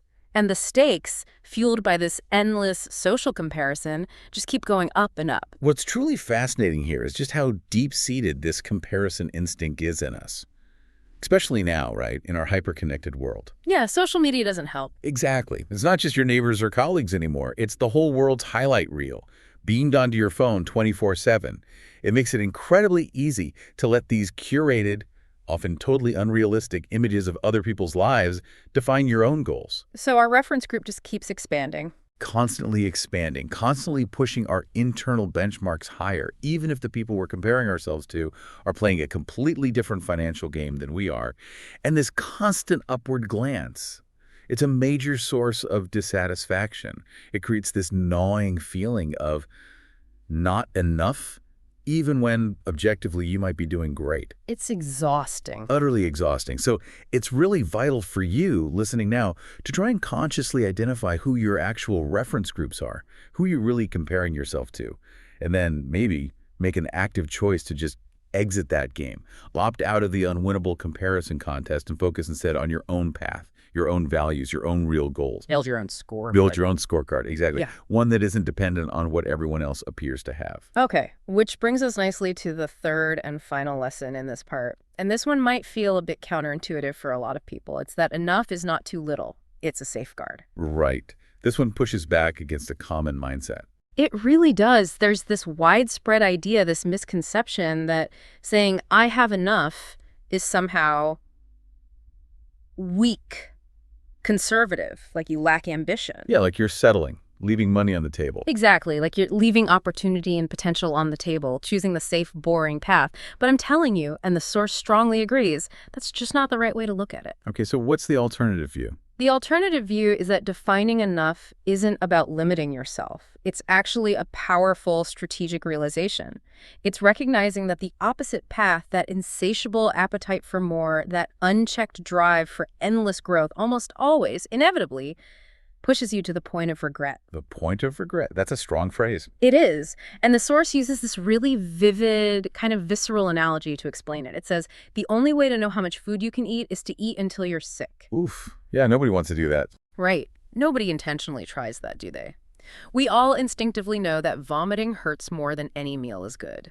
The pain, the discomfort, the regret of overdoing it massively outweighs any tiny pleasure from one more bite. Makes sense. Yet the source points out, for some strange reason, that same basic logic often fails to carry over into business or investing or just the general pursuit of wealth. People keep reaching for more, pushing way beyond what's healthy, way beyond sustainable, way beyond what they actually need, Until they break. Until they're forced to stop, often with really serious negative consequences. And that spectrum of regret, like we saw, it can range from something relatively minor, like burnout, or making overly risky investments you later regret, All the way up to. the catastrophic criminal behavior of people like Gupta and Madoff, people who ended up stealing and committing fraud because, in their minds, getting every single extra dollar was worth it, no matter the cost, no matter the ethics or the law. And this is really where, if we connect this back to overall financial well-being, defining enough stops being just a nice idea and becomes this really crucial proactive defense mechanism. A safeguard, like the title says. Exactly. A safeguard against both emotional and financial ruin. It's not about giving up your ambition. It's a calculated decision to protect what you have now and what you'll need in the future from that deep regret that comes when ambition runs wild, unchecked. Building resilience. Building a resilience into your financial life. Preventing those situations where you're either forced to stop because things blow up or where your choices lead to this profound, lasting regret. Whether that regret is financial ruin, legal trouble, or just a life filled with stress and dissatisfaction because you could never feel content. It comes back to that Buffett quote, doesn't it? It absolutely does. Yeah. It's fundamentally about protecting what you have and genuinely need, rather than constantly risking it all for things you don't have and ultimately don't truly need. It's a core principle for building long-term well-being, psychological safety, and real, lasting financial stability. Practical reflections for you. Okay, so we've gone through these powerful stories, these key lessons. What does this actually mean for you, listening right now, thinking about your own life and your own money? Yeah. How do we bring this home? Because this deep dive, it's not just about the extreme cases, the billionaires and the fraudsters, right? Though they're definitely cautionary tales. But the reality is, while maybe few of us will ever have $100 million like Gupta or Madoff. Hopefully not their outcomes either. Chuckles, definitely not their outcomes. But a good number of us, a measurable percentage, as the source puts it, will reach a point in life where we earn a salary or we have a sum of money saved up that's genuinely sufficient to cover every reasonable thing we need and probably a lot of what we want too. Right. Many people reach a level of comfort, even affluence. Exactly. So the lessons we've talked about today, the moving goalposts, the comparison trap, the importance of enough, they are incredibly relevant, incredibly actionable for the choices you make with your money every single day, no matter what your current income or net worth is. So it's about self-reflection now. Absolutely. Ask yourself these kinds of questions. How do your expectations tend to shift when your income goes up or when you have some financial success? Do you notice that raise, that bonus that once felt huge, how quickly it just becomes the new normal? Yeah. And you're already thinking about the next level. A hedonic adaptation in action. Yeah. And who do you compare yourself to? Consciously or maybe subconsciously.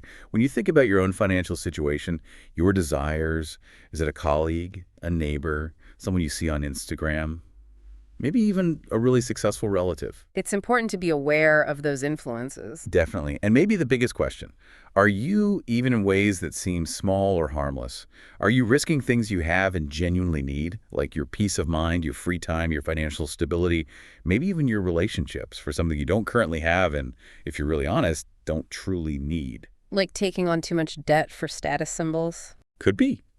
Or maybe staying in a high-stress job you hate just for the bigger paycheck. Or maybe making really risky bets in the market based on what everyone else seems to be doing. These are tough questions, but answering them honestly, really digging deep, can genuinely change your financial trajectory. And maybe more importantly, it can profoundly improve your overall sense of well-being. Because this whole conversation, it's about empowering you to make choices that align with your well-being, your real values, not just chasing some ever-increasing number on a bank statement. And this brings up a really important question for you to consider, practically speaking. How can you actively work to cultivate that sense of enough in your own life, especially when the whole world seems built to constantly push you towards wanting more and more and more? Yeah, it's not easy. It feels like swimming upstream sometimes. It does require conscious effort. It's a deliberate act, almost like mindfulness, pushing back against these really powerful external forces. It means setting a stable goalpost for yourself, one that's anchored in your values, your priorities, not just blown around by whatever everyone else is doing or showing off. Rooted in what matters to you. Exactly. And it means consciously trying to find satisfaction, not just in accumulating more stuff or bigger numbers, but in the true independence, the deep peace of mind, the genuine freedom that having a well-defined sense of enough can actually bring you. That's a different kind of wealth. It really is. Just think about it for a second. What would your life actually feel like if you woke up most days genuinely feeling like you had enough? That feeling of sufficiency. Maybe the ultimate financial skill isn't just about maximizing returns or accumulating the most assets. But something else. Maybe it's mastering the psychological art of recognizing sufficiency, understanding when you have reached your definition of enough, and then finding real deep contentment in that. It's about focusing on what truly brings lasting value to your life, whatever that is for you, and then working diligently to protect that instead of constantly chasing the next thing that feels just out of reach. Choosing satisfaction over constant striving, that's powerful. It's a fundamental shift in perspective. Outro. Okay, let's unpack this one last time then. This deep dive into Chapter 3, Never Enough. I think it's shown us pretty clearly through these stories and insights that the power of defining and then actually sticking to your personal sense of enough is just immense. It really is a cornerstone concept. Yeah, it's not about limiting yourself. It's not about killing ambition. It's about the much more important job of safeguarding your well-being, protecting what you've already built, and maybe most crucially, preventing that kind of deep, lasting regret that even mountains of money can't fix. Understanding why people fall into that never enough trap, that's the essential first step towards protecting your own financial stability, your own mental peace, and ultimately your own happiness. Couldn't agree more. So, as you go about your week, maybe chew on this thought, this provocative idea I wanted to leave you with. In a world that is constantly, relentlessly telling us to want more, strive for more, accumulate more, what would it actually feel like deep down to genuinely say, you know what, I have enough? Just letting that sink in. Yeah.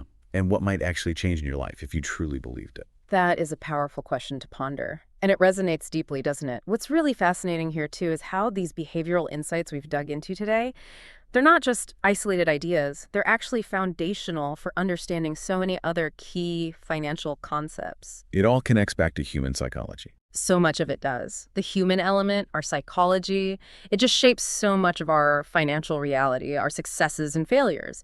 So next time, building directly on this understanding of behavior and our relationship with money, we're going to shift gears slightly and dive into Chapter 4 from our source. It's got another great title, Confounding Compounding. Ooh, compounding. The eighth wonder of the world, supposedly. Chuckles, something like that.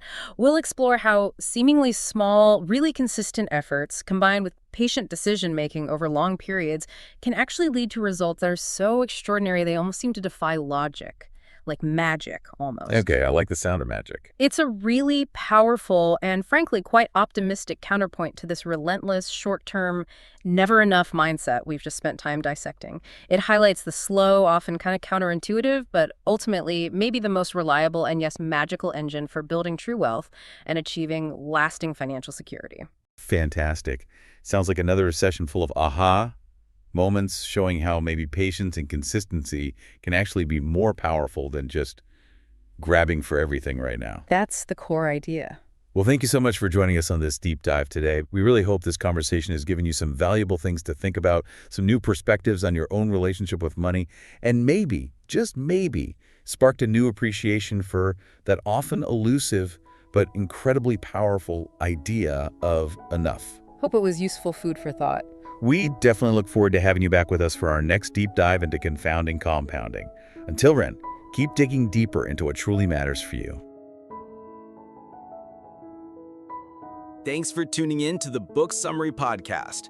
If you found value in today's episode, hit that like button, subscribe for more summaries, and share it with someone who's ready to grow. Want deeper insights, exclusive book notes, and reading tips? Join our free newsletter. The link's in the description. And don't forget, if you'd like to read the full book, our affiliate link is right below. It helps support the channel and keeps the summaries coming. Until next time, keep reading, keep growing.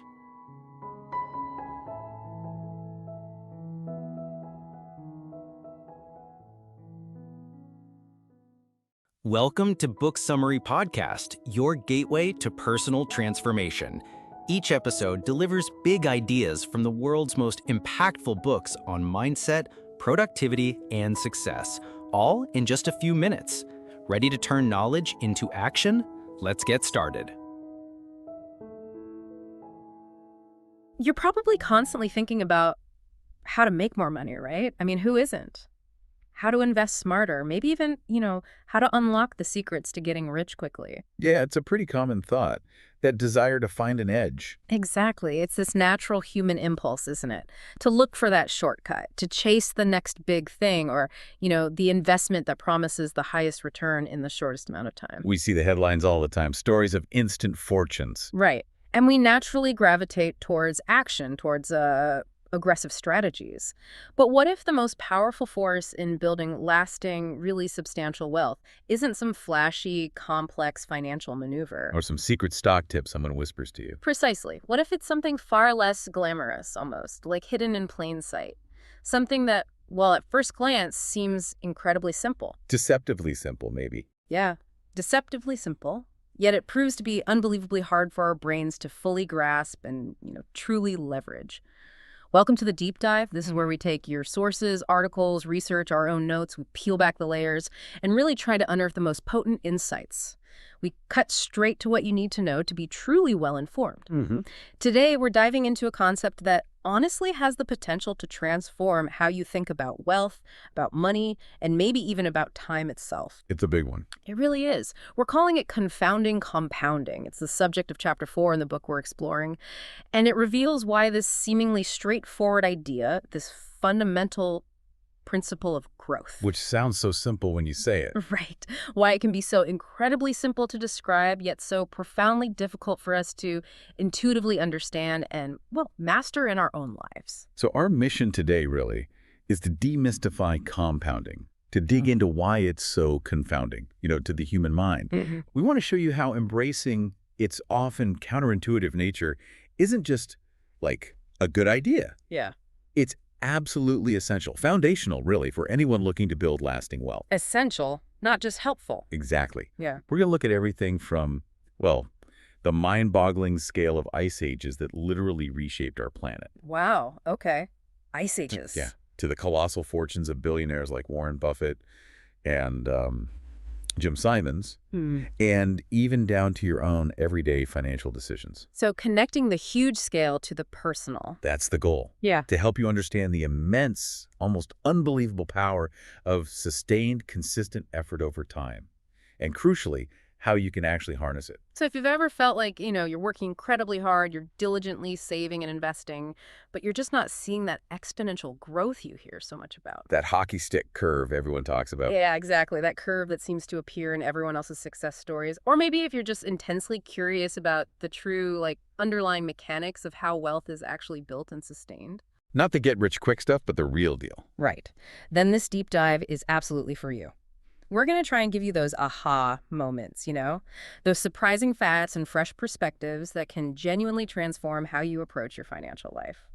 Hopefully shifting your focus a bit. Yeah, shifting from that fleeting, short-term chase to the enduring, long-term power of patience and consistency. Okay, let's start with the absolute basics then. Because before we can understand why it's confounding, we really need to be crystal clear on what it is. Good place to start. We talk about compounding a lot in finance, right? And it definitely is a financial term. But the book makes this really compelling point that its implications reach far, far beyond just spreadsheets and investment accounts. Oh, much broader. Yeah. It's depicted as almost a force of nature, like a universal principle that governs growth across so many different domains. Exactly. At its core, the concept of compounding is elegantly simple. Yeah. Just think of it this way. It's when a little bit of initial growth serves as the fuel. The fuel. Yeah, the very foundation for future growth. It's growth on top of growth. Yeah. So you're not just earning returns on your initial investment. Let's say you put in $100. Right. You're earning returns on those returns themselves. So if your $100 goes to $110. Okay, 10% gain. Right. The next period, you're earning returns on the full $110, not just the original $100. Ah, I see. The base grows. Exactly. The base grows. And those new returns then generate even more returns. And this cycle just keeps going. It builds on itself. It's self-reinforcing. It actually accelerates over time. Accelerates. Okay, that's key. It is. It's this continuous snowballing process that makes it so incredibly powerful, often beyond our immediate intuitive comprehension, It's not linear. It's a feedback loop that just gets stronger with every single rotation. Okay, so growth on growth. On the surface, that sounds straightforward enough. I think most people listening would probably say, yeah, I get that. Right. Conceptually, it seems easy. But then the book throws this curveball, calling it confounding. If it's such a simple concept to articulate, why is it so inherently difficult for our brains to intuitively grasp this idea, to truly feel its power? Yeah. Is it just that we don't think about it enough, or is there something like deeper in our psychology that actively works against it? That's a fantastic question. And it gets right to the heart of why so many people, honestly, struggle with building wealth over the long term. This is precisely where human psychology fundamentally clashes with mathematical reality. Our brains, are naturally wired for linear thinking, not exponential thinking. Linear, like one step after another. Exactly. It's probably a deep-seated evolutionary mechanism, maybe, from a world where immediate sequential events and dangers mattered most. Our ancestors needed to track the linear trajectory of a predator. Not the exponential spread of a virus. Precisely. That's a great analogy, actually. Think of it this way. A linear problem is kind of like driving at a constant speed. If you're going 60 miles an hour, you know exactly where you'll be in 1 hour. Right. 60 miles? In 2 hours. 120 miles. Easy. Predictable. Easy to project. An exponential problem, however, is more like starting a rumor, or maybe one of those old chain letters. Oh, yeah, I remember those. It starts with one person telling two, who then tell two more each, and suddenly, boom. The entire town knows within minutes. The numbers just explode in a way that's completely counterintuitive to our day-to-day experience. Yeah. So look, if I ask you to mentally calculate 8 plus 8 plus 8 9 times. Okay, 8 times 9. 72. Right, pretty quick. That's a linear calculation. Yeah. But now if I ask you to calculate 8 multiplied by itself 9 times, 8 times 8 times 8, 9 times. Oh, okay, my head is already spinning. That's huge. It's massive. It's 134,270,728. Whoa. What? See, Yeah. the numbers just explode. And that sheer intuitive disconnect between how we perceive growth and how it actually occurs exponentially, that's a major reason why compounding remains such a mysterious and, frankly, underestimated force for so many people. We just can't picture it easily. Exactly. We consistently, profoundly underestimate its long-term potential because our brains simply aren't built to scale like that. Yeah. We see the first few steps, and they look small, right? Right. Almost insignificant. Yeah, like that first 10% gain. Seems okay, but not life-changing. Right. So we project that smallness indefinitely. We completely miss the hidden explosion, the immense scale waiting just down the line. It's a profound cognitive bias that directly impacts our financial decisions every day. It's genuinely mind-boggling, though, when you put it like that, how those tiny incremental changes, almost imperceptible on their own, can lead to such monumental shifts. It really challenges our perception. It does. It challenges my everyday perception of cause and effect. So to truly wrap our heads around the sheer power of compounding, the book takes us beyond money for a moment, which I think is helpful. Yeah, stepping outside finance can clarify things. And it offers this truly stunning example from nature, the formation of ice ages. Right, the ultimate slow build. It makes you wonder, how can something as vast and planet-altering as a global ice sheet, miles thick in places, possibly result from seemingly minor, almost insignificant changes? Yeah. It just defies common sense, doesn't it? It really does. And this analogy is fantastic because it perfectly illustrates how truly massive, even geological scale results don't necessarily require some tremendous initial force. Like a giant asteroid or something. Exactly. Not always. Not if something compounds. Yeah. It actually redefines what force truly means in the long run. Scientists now understand that ice ages, these immense global transformations where huge parts of Earth were just entombed in ice, Hard to even imagine. were actually caused by relatively small cyclical changes in the Earth's orbit. Its tilt and its wobble, they call them Milankovitch cycles. Okay, tiny changes in orbit. Yeah, imagine this. A very slight tilt in the Earth's axis might, for example, allow just a bit less sunlight to hit the poles during one summer. Or, conversely, a slightly cooler summer leaves behind just a thin, almost unnoticeable layer of snow that doesn't fully melt away before the next winter starts. Okay, a little leftover snow. Seems trivial. Seems trivial, right? Yeah. But this is where the compounding really kicks in. That seemingly insignificant leftover snow, even if it's just a tiny bit, it doesn't just sit there inert. What does it do? It reflects more sunlight back into space the following year. Oh. Because white snow is highly reflective, right? Yeah. Albedo effect. Right, it reflects heat. So this reflection makes the next summer even cooler. And that cooler summer, in turn, allows more snow to persist into the next season. Ah, a feedback loop. A powerful, self-reinforcing feedback loop. More snow means more reflection, which means more cooling, which in turn means even more snow persists year after year after year. Wow. There's this great quote from a glaciologist, Gwen Schultz, that perfectly captures it. She said, "It is not necessarily the amount of snow that causes ice sheets, but the fact that snow, however little, lasts." The fact that snow, however little, lasts. Wow. That quote really sticks with me. That's profound. It extends way beyond geology, doesn't it? Absolutely. It's about persistence, endurance. To think that these tiny, persistent conditions, just accumulating over time, can lead to miles-thick ice sheets covering entire continents, fundamentally altering the Earth's climate. In what is, geologically speaking, a blink of an eye. Yeah. It shows you the absolutely staggering potential when seemingly small conditions continually feed into and amplify future conditions.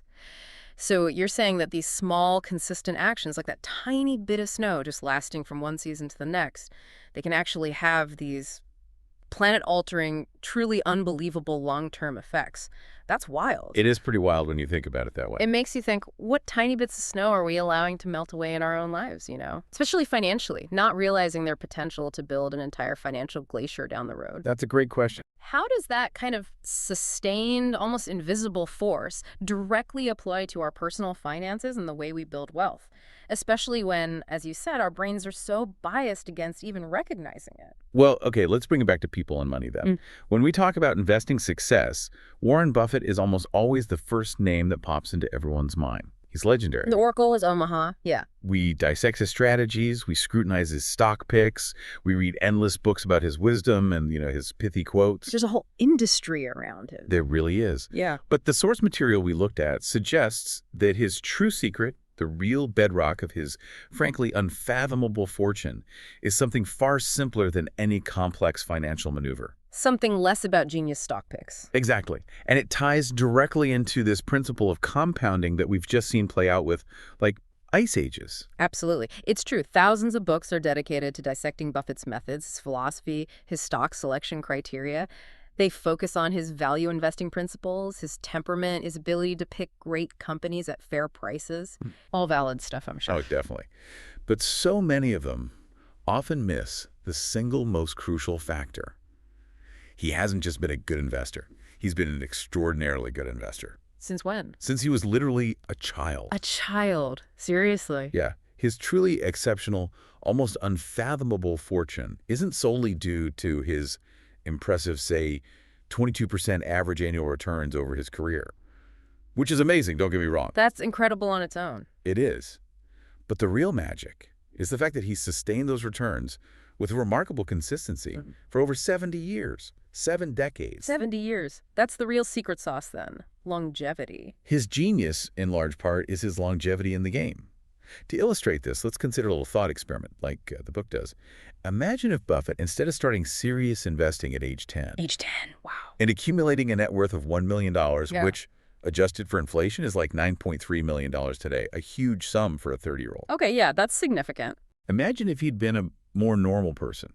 What if he, traveled the world, found his passion later in life, maybe only had, say, a very respectable $25,000 saved by age 30? Okay, that sounds more like, most people. Right. Now imagine he still achieved his extraordinary 22% annual returns from age 30 onwards, but decided to retire at 60, like many people aim to do. 30 years of that amazing return still sounds pretty good. Sounds great, right? Yeah. But he would have only a tiny fraction of his current wealth.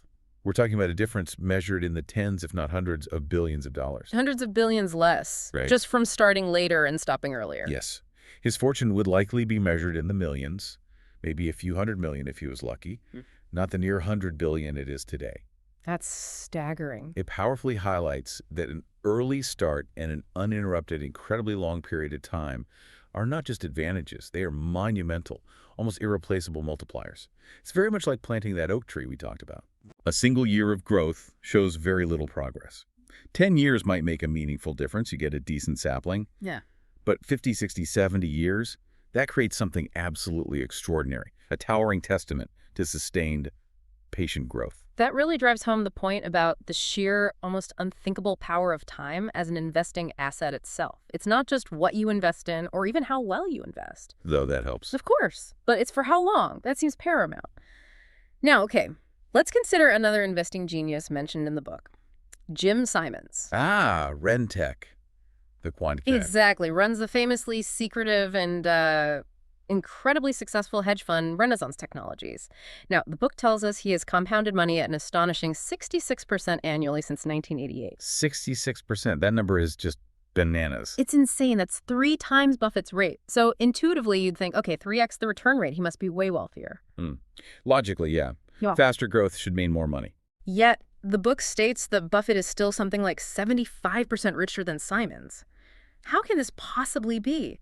How does that math work when Simons' engine is running so much faster? This is precisely where the confounding nature of compounding truly shines, because it directly challenges our linear intuition in the most dramatic way possible. Okay, break it down. Simons' returns are, and this is no exaggeration, unparalleled in the entire history of the investing world.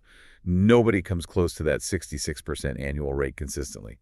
He's a mathematical and data science genius, obviously. Clearly. But, and this is the absolute crucial distinction, he didn't really find his investment stride and begin this extraordinary compounding run until he was 50 years old. 50, so much later than Buffett. Much later. He's had less than half the number of years to compound his wealth compared to Buffett. Buffett started effectively at 10. Simon started in his 50s. That's a 4-decade head start for Buffett. Now, to put this in perspective and really show you the mind-boggling scale of time's impact. Yeah. If Jim Simons had somehow earned his incredible 66% annual returns for the same 70-year span that Warren Buffett has been building his wealth. Okay, hypothetical situation. Purely hypothetical, yeah. He would be worth, and please, prepare yourself for this number. It's almost impossible to actually conceptualize. 63 quintillion, 900 quadrillion, 781 trillion, 780 billion, 738 million, $160,000. I don't even know what a quintillion is. That's more money than exists in the world, surely. Look, vastly more. It's a completely absurd number, a 6 followed by 19 zeros. Okay, wow.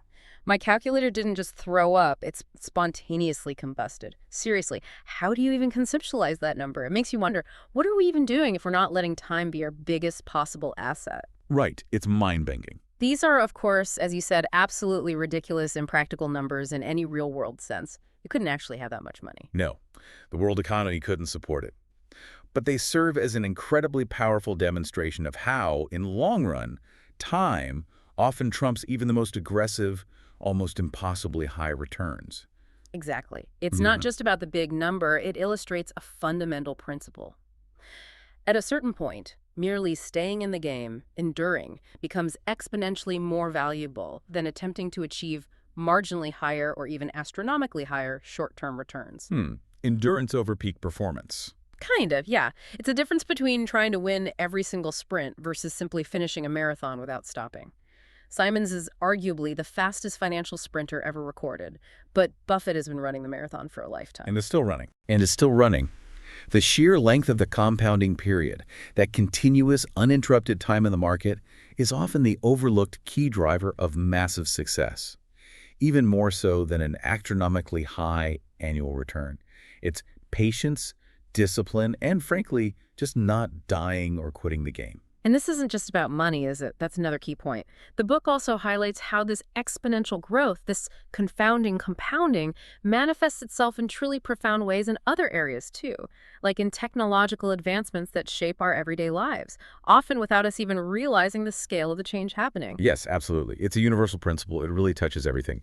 Consider the astonishing evolution of hard drive storage. Okay, yeah, something we all use. A technology many of us now just take for granted, right? But it's undergone truly exponential growth. Back in the 1950s, IBM made a hard drive that held, wait for it, 3.5 megabytes. Megabytes, like less than one photo today. It's exactly. By the 1970s, their revolutionary Winchester drive held 70 megabytes. Okay, that's some growth, about 20 times bigger in 20 years. Fairly linear, relatively easy for our brains to grasp that kind of progression. Okay, yeah, I can follow that. And then, wham! Things just exploded, and our linear brain simply couldn't keep up. Fast forward. In 1999, remember the first iMacs? They came with a 6-gigabyte hard drive. Gigabyte, okay, now we're talking. By 2003, the Power Mac had 120 gigs. 2011 saw the first 4-terabyte hard drive hit the market. Terabyte. That felt huge then. And by 2019, we were looking at enterprise drives holding 100 terabytes. Now, if you put that all together, from 1950 to 1990, it's a 40-year span, we gained a total of about 296 megabytes in practical consumer storage capacity. Okay, 40 years, under 300 megs. But from 1990 through today, in roughly the same amount of time, maybe even a bit less, we gained an astonishing 100 million megabytes, or 100 terabytes. 100 million. Compared to 300. That's Wow. yeah, that's exponential, right? Wow, that's almost impossible to predict looking forward, isn't it? It's like watching that snowball roll down a hill. Starts small, picks up more and more snow, faster and faster, until it's just this massive avalanche. The early growth is so sedate, almost boring. Barely noticeable sometimes. And then it just rockets. Precisely. This astronomical leap is almost impossible to predict or process if you're thinking linearly. Even a really optimistic technology forecaster back in the 1950s might have predicted practical storage would become maybe 1,000 times larger, maybe 10,000 times. Which would have sounded crazy optimistic then. Absolutely. Few, if any, would have seriously said 30 million times larger within my lifetime. But that is precisely what happened. This counterintuitive nature of compounding leads even the smartest, most forward-thinking among us to sometimes overlook its true power. Even someone like Bill Gates. Bill Gates underestimated it. Well, in 2004, he famously criticized Google's new Gmail service, wondering aloud why anyone would ever need a gigabyte of storage for email. A gigabyte. We get way more than that free now. Exactly. Today, that's minuscule for a typical email account, let alone cloud storage. As the author notes, despite his currency with cutting-edge technologies, his mentality was anchored in the old paradigm of storage being a commodity that must be conserved. Wow. Even Gates couldn't see the curve. It vividly illustrates that you simply never get accustomed to how quickly things can grow when compounding is really at play. It constantly defies our expectations, even those of the most brilliant minds who are living through the changes. #, the danger of overlooking compounding's power. It seems so incredibly obvious, though, once you lay it out like this. With all these clear examples, ice ages, billionaires, hard drives, the pattern is undeniable, isn't it? Hindsight makes it look obvious, yeah. But then the question remains, and it's a really important one for all of us. Why do we consistently, almost stubbornly, overlook something so powerful and so fundamental to building wealth? What is it about our human nature that makes us blind to this invisible engine humming away? Well, the danger lies precisely in the fact that compounding isn't intuitive to our everyday perception. It just doesn't feel natural. Okay. Because it doesn't align with our natural linear thinking, we often ignore its immense potential, or maybe discount it. Instead, we instinctively focus on solving financial problems through other, more immediate means. Things that feel more active. Exactly. Means that feel more active, more within our direct control right now. We're constantly trying to pick the hottest stock or meticulously timing the market dips and peaks, or chasing the highest possible annual return this year, or finding that secret financial hack. We want to do something. We want to do something. It's not necessarily that we're overthinking things, it's that we're often thinking about the wrong things, focusing our energy in less productive ways. There's this deep psychological allure to action, to doing something with our money. It feels productive. It's probably connected to our ego, our desire for control. And maybe societal pressure, like you should always be busy managing your money. That too. A pressure to always be seen as active and engaged. And the flip side is that the discomfort of inaction, of simply waiting, is often profoundly underestimated. It feels wrong somehow. Like you're missing out if you just sit tight. Exactly. We're wired for immediate gratification, generally speaking. We want to see the direct result of our efforts quickly. Compounding, by its very nature, delays that gratification, often to a point where the initial efforts feel almost meaningless, like that tiny bit of snow, remember? Yeah, seems insignificant at first. So how do we trick our brains into embracing that delayed, often invisible payoff? Especially when the dopamine hits of quick wins or the thrill of chasing the next big thing are so much more immediate and tangible. That's the challenge. It's a huge challenge. This struggle against our own psychology means we rarely pause to truly consider the full potential of compounding, or fully appreciate the critical role that unwavering patience plays in allowing it to actually work its magic. We look for immediate, visible action. When the real power is often in the quiet, consistent passage of time. You got it. That's such an important point, the psychological comfort of action versus the discomfort of inaction. It really highlights how our own biases can seriously work against our best long-term interests. They really can. The book even humorously suggests a very different kind of finance book altogether, one that really cuts to the chase, beyond all the complexity we usually see. Yes, it does. It's a great little bit. Instead of these complex, weighty titles on, like, economic cycles or elaborate trading strategies or sector-specific bets. All the stuff that fills the finance shelves. Right. The book posits that the most powerful and important finance book ever written should simply be called Shut Up and Wait. Chuckles. Okay, I like that. Blunt. And it would be just a single page featuring nothing more than a long-term chart of economic growth, or maybe market growth. Shut up and wait. That's wonderfully provocative. Simple, but probably infuriating to many. Beyond the humor, though, what are the profound implications of a title like that? What does waiting actually entail in this context? Because it sounds passive, but I suspect it's anything but passive. You're absolutely right. It's definitely not about being passive or lazy. The humor of that title really underscores the central point. Most of the intense effort people put into trying to earn the highest possible investment returns. Which seems like the goal, right?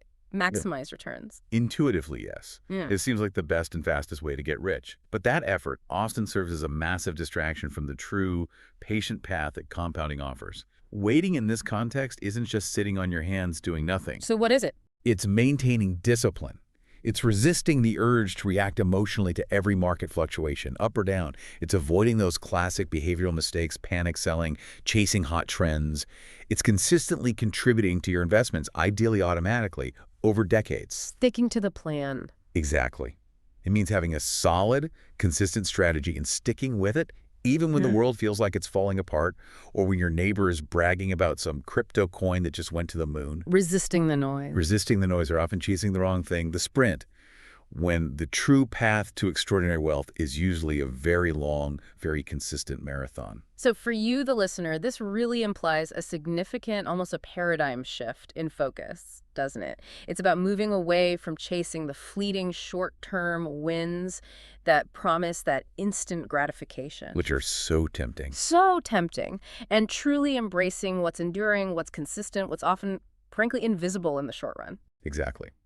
The counterintuitiveness of compounding may very well be responsible for the majority of disappointing trades people make, for ill-conceived strategies they jump into and out of, and ultimately for many failed investing attempts over the years. Because we're focused on the wrong metric. Sort of, yeah. We're constantly attempting to earn those highest, often unrealistic returns because they promise quick wealth. Who doesn't want that? Yeah. But the highest returns tend to be one-off hits. They're often not repeatable. Driven by luck or huge risk. Right. Driven by extreme luck or excessive risk-taking or some fleeting market anomaly that won't happen again. This mindset leads to an endless cycle of chasing the next big thing, always seeking an immediate, visible payoff. Instead of nurturing the slow build. Exactly. Instead of patiently nurturing consistent, steady growth that, given enough time, becomes incredibly, unbelievably powerful. It's a subtle but critical distinction that often makes all the difference between someone who achieves genuine financial independence and someone who remains stuck in that cycle of trying to get rich quickly, only to find themselves constantly disappointed.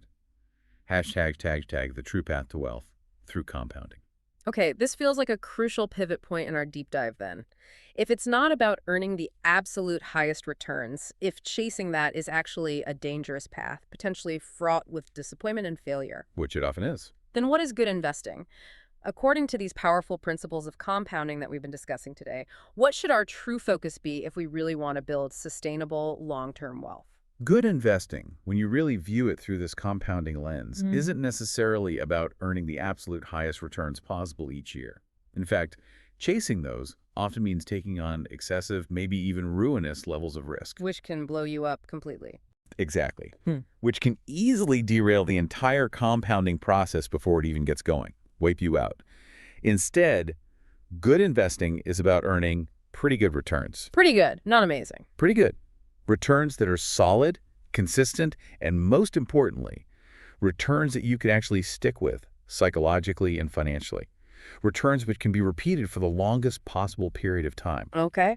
That is the fundamental formula. That's what truly allows compounding to run wild and unleash its full, incredible almost unbelievable power over decades. It's about endurance and consistency, not just raw speed or trying to hit the financial lottery every year. It's about ensuring you can simply remain in the game, like you said with Buffett. That's probably the most important part, staying in the game. Pretty good returns that you can stick with for the longest period of time. That's such a powerful and, I think, actionable insight. It feels more achievable, maybe. It's a shift from performance anxiety, which plagues so many investors, to focusing on resilience. So for you, the listener, what does this practically mean? How do you actually apply this wisdom in your own financial life? What does sticking with it look like when markets are going crazy or when the news is just full of doom and gloom? Yeah, that's the critical question. This insight is absolutely crucial for anyone actively trying to build wealth. Instead of obsessing over daily market fluctuations or constantly trying to predict the next hot stock or the next crash, Which is exhausting. totally exhausting and usually futile. Yeah. Your focus should profoundly shift. Shift to consistency, to minimizing friction like taxes and trading costs, and above all, to maximizing your time in the market. So how do you do that? You ask yourself these kinds of questions. Can I commit to this financial strategy for decades, literally decades, through all the market conditions, the booms, the bubbles, and the inevitable busts? That's the hard part, the busts. That's the really hard part. Can I truly weather the inevitable ups and downs, those periods of intense fear and doubt, without panic selling, without pulling my money out at the worst possible time, without interrupting that compounding process? Can I avoid falling prey to my own linear biases and that constant craving for instant gratification, that unwavering commitment, that steadfast ability to just stay in the game and remain invested, even when it feels uncomfortable? That is precisely where compounding delivers its most spectacular magic. It's behavioral then, as much as financial. Hugely behavioral. It means setting up automated investments, maybe, making savings a non-negotiable part of your monthly budget, and then maybe intentionally ignoring the daily noise of the financial news. Tuning it out. Tuning it out. It means focusing on what you can actually control, your savings rate, your overall asset allocation strategy, and your own behavior in response to markets. It's about having the patience and the discipline to simply let time do the heavy lifting for you. Let the math work. Let the math work. Allowing those pretty good returns to accumulate and grow exponentially over the long, long haul. It's about recognizing that every single small, consistent deposit you make, every year you stay invested without panicking. That's another tiny snowflake adding to your future financial glacier. Hashtag outro. Wow. What we've discussed today, this whole idea of confounding compounding, it really feels foundational, doesn't it? Foundational to understanding how wealth is truly built and maybe more broadly, how profound change actually occurs in the world around us. Yeah, it's a really powerful lens to look through. We've seen how tiny, consistent forces, whether they're shaping the literal geology of our planet with ice ages, or driving breathtaking technological innovation like hard drives, or building these vast financial fortunes. Like Buffett's. Right. They can lead to unimaginably vast outcomes over incredibly long periods of time. It teaches us this vital, perhaps really counterintuitive lesson that patience, persistence, and simply staying in the game, allowing time to work its quiet magic. The shut up and wait principle. Exactly. Are far more powerful ultimately than frantically chasing those short-term, often unsustainable gains, or constantly trying to outperform the market every single year. And, while this chapter 4, brilliantly highlights the astonishing, almost magical power of compounding to get you wealthy, to help you accumulate that initial fortune. Which is what most people focus on. Right. The book then immediately turns a critical eye in the very next chapter to a different, but arguably equally vital skill, staying wealthy. Ah, okay. Getting it is one thing, keeping it is another. It's a completely different mindset. The skills aren't the same. That pursuit of earning huge, unsustainable returns that can't actually be held onto often leads to these really tragic stories of fortunes gained and then spectacularly lost. Yeah, you hear about those. Lottery winners, athletes. Exactly. The skills required to build wealth are often very, very different from the skills required to keep it. And that distinction is crucial, but often overlooked. There's a real art to staying wealthy, and it's probably not what most people think it involves. That's right. So in our next deep dive, we'll explore Chapter 5, which is titled Getting Wealthy versus Staying Wealthy. A great juxtaposition. It really is. You'll discover that there are indeed, as the book says, maybe a million different ways to accumulate wealth, to get to that initial financial success. But as it reveals, there's truly only one way to keep it, and it might really surprise you. It's not just about bigger barns. Yep. We'll delve into some fascinating stories of great fortunes lost to arrogance or complacency or just bad luck, maybe. And we'll uncover the surprising lessons in things like frugality, discipline, and even a healthy dose of paranoia. A surprising amount of paranoia sometimes. That could potentially save your financial future. So as you reflect on this incredible, almost hidden power of compounding that we've talked about today, maybe consider this. How much of your own financial energy and effort is truly spent trying to gain that extra percentage point of return, chasing that extra fractional edge, hunting for the latest hot stock tip. The active stuff. The active stuff. And how much of that energy is dedicated instead to simply ensuring you can remain standing in the game, financially unbroken, consistently contributing discipline for long enough, decades, long enough for those percentages, however modest they might seem year to year, to work their incredible exponential magic. It's really a question of survival first, then growth. And its implications are far more profound than they might sound initially. It's maybe about endurance over short-term excellence. Join us next time for the deep dive as we continue to unlock the often surprising psychology of money. Thanks for tuning in to the Book Summary Podcast. If you found value in today's episode, hit that like button, subscribe for more summaries, and share it with someone who's ready to grow. Want deeper insights, exclusive book notes, and reading tips? Join our free newsletter. The link's in the description. And don't forget, if you'd like to read the full book, our affiliate link is right below. It helps support the channel and keeps the summaries coming. Until next time, keep reading, keep growing.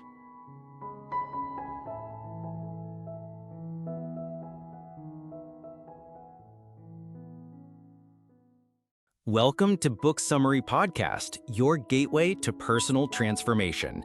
Each episode delivers big ideas from the world's most impactful books on mindset, productivity, and success, all in just a few minutes. Ready to turn knowledge into action? Let's get started. Welcome to the Deep Dive, where we cut through the noise and get you straight to the insights that truly matter. So we often find ourselves dreaming about that exhilarating moment we get rich. The big win, the wildly successful venture, that financial breakthrough that promises to change everything. Yeah, we really do. We envision the headlines, the celebrations, maybe the relief, right? Exactly. But here's a question. What about the less glamorous, yet arguably far more crucial part of the equation? Staying wealthy. It's a skill, a mindset even, that even the smartest, most successful people sometimes completely miss. It's a profound distinction, isn't it? The initial rush of acquisition, that thrill of the win, it often overshadows the quiet, the long-term discipline required for retention. Yeah. And that, as we'll uncover today, is a critical oversight for anyone building lasting financial independence. For many, wealth acquisition feels like the finish line, when in reality it's merely the end of the first lap. Absolutely. Today we're taking a deep dive into Chapter 5 of Morgan Housel's phenomenal book, The Psychology of Money, aptly titled Getting Wealthy versus Staying Wealthy. Great chapter. It really is. This chapter isn't just about financial mechanics. It offers a powerful and often counterintuitive look at the fundamental human behaviors that truly separate those who build enduring wealth from those who, see it slip through their fingers, sometimes spectacularly. Our mission in this deep dive is really to unpack why simply acquiring money is, in fact, only half the battle. We'll explore why cultivating a mindset deeply rooted in survival, prudence, and yes, even a healthy dose of paranoia is absolutely essential. Paranoia, yeah. For anyone looking to build lasting financial independence, especially for you, our American listener, interested in personal finance and long-term wealth building.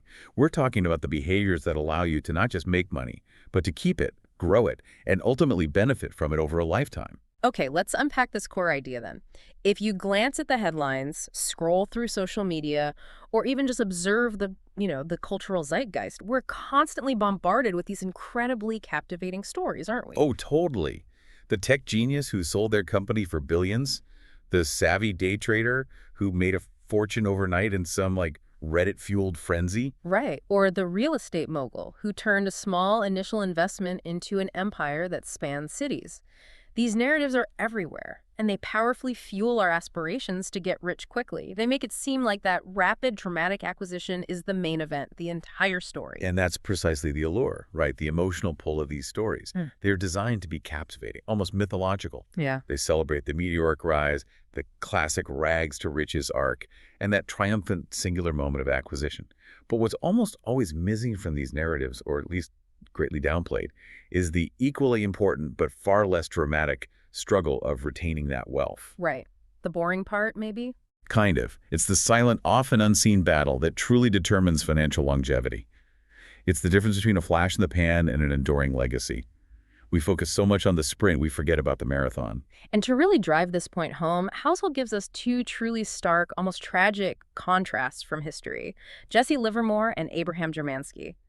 Their stories are just a masterclass in the pitfalls of not mastering the staying wealthy part. Yeah, these are powerful examples. Let's start with Jesse Livermore. Born in 1877, he was absolutely heralded as one of the greatest stock market traders of his entire era. I mean, by the time he was just 30 years old, his net worth had soared to the inflation-adjusted equivalent of a staggering $100 million. Wow. Just think about that kind of wealth in the early 1900s. That's a stratospheric level of financial success achieved at a remarkably young age. Unbelievable. Indeed.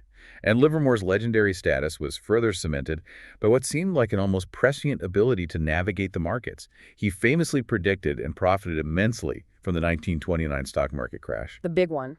The big one. Accumulating an immense fortune at a time when countless others were losing absolutely everything. He went from being a millionaire to one of the richest men in the world, like almost overnight. Okay. You would naturally think, given such extraordinary success and foresight, that he would be set for life, right? A financial titan forever. You would certainly think so. But here's where Housel's insights become truly compelling and frankly heartbreaking. Despite this immense, almost prophetic success, Livermore eventually took his own life. Yeah. And it wasn't a one-off mistake. He had lost and regained fortunes multiple times throughout his career.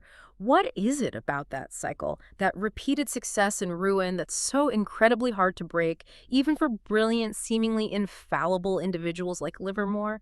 It feels like a pattern born from some deep psychological trap. That's the core psychological trap, isn't it? Success, especially extreme success, can breed this sort of action bias and a feeling of invincibility.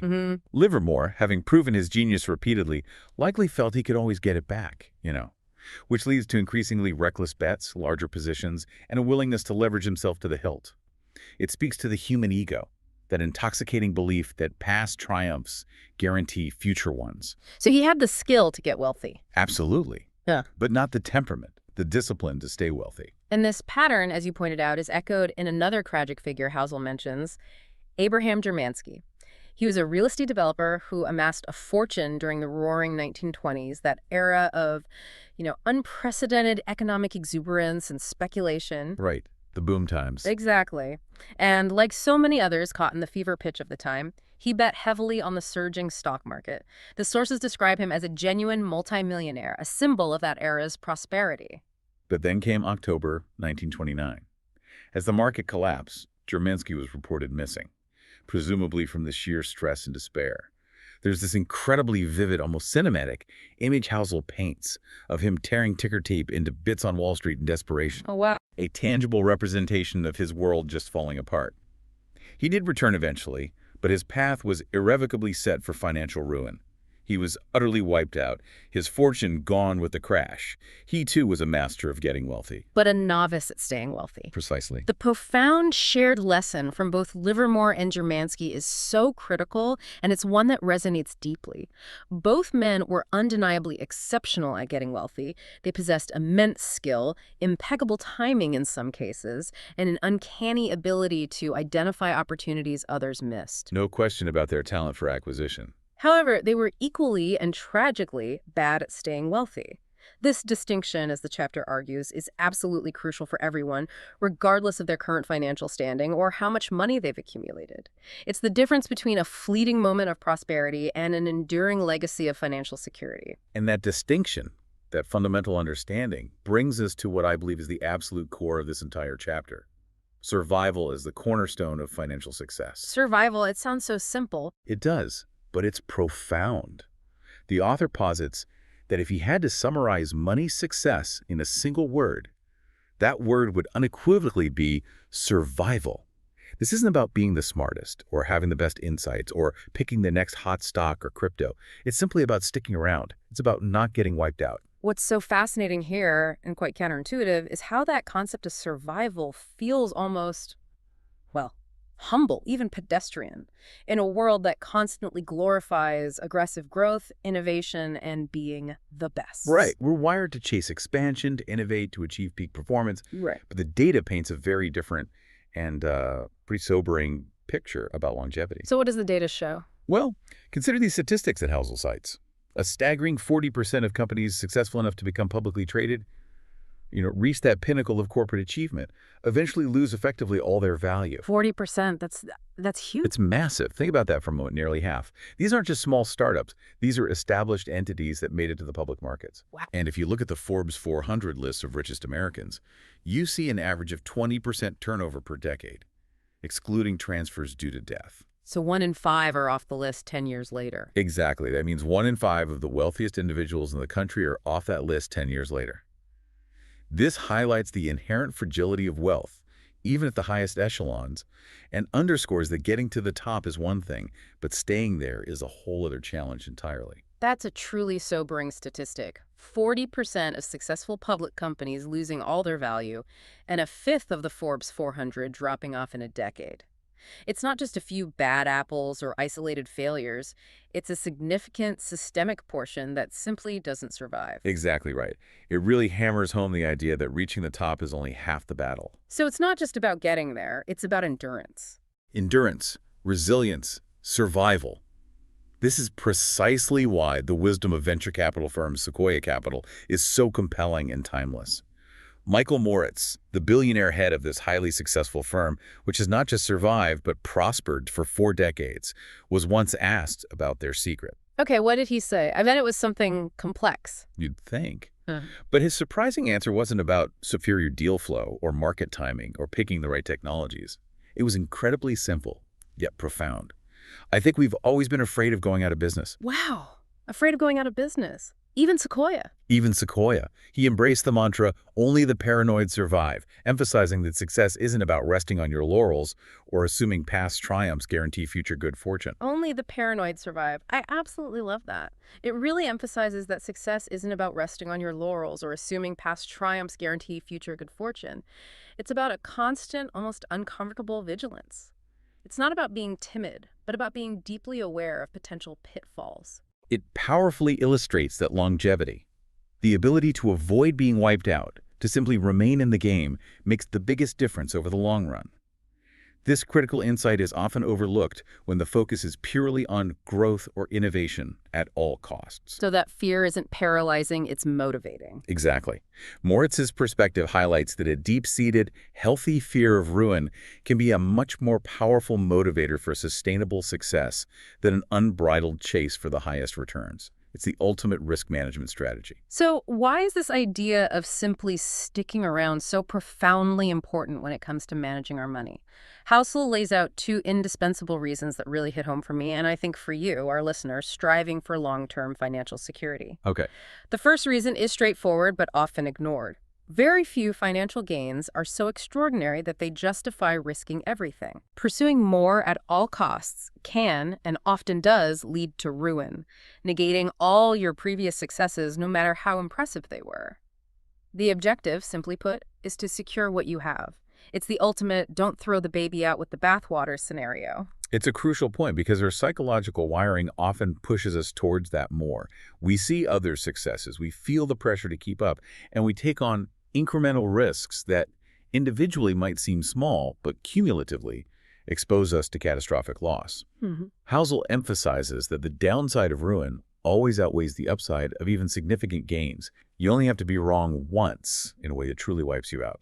And the second reason connects directly to something we explored in our deep dive into Chapter 4, the counterintuitive, almost magical power of compounding. Ah, yes, compounding, the 8th wonder. Right. Compounding, as we discussed then, is an incredibly powerful force. But its magic only works with time. Think of planting oak trees. A single year yields little visible progress. 10 years can make a meaningful difference, creating a young, sturdy tree. But 50 years of consistent, uninterrupted growth creates something truly extraordinary.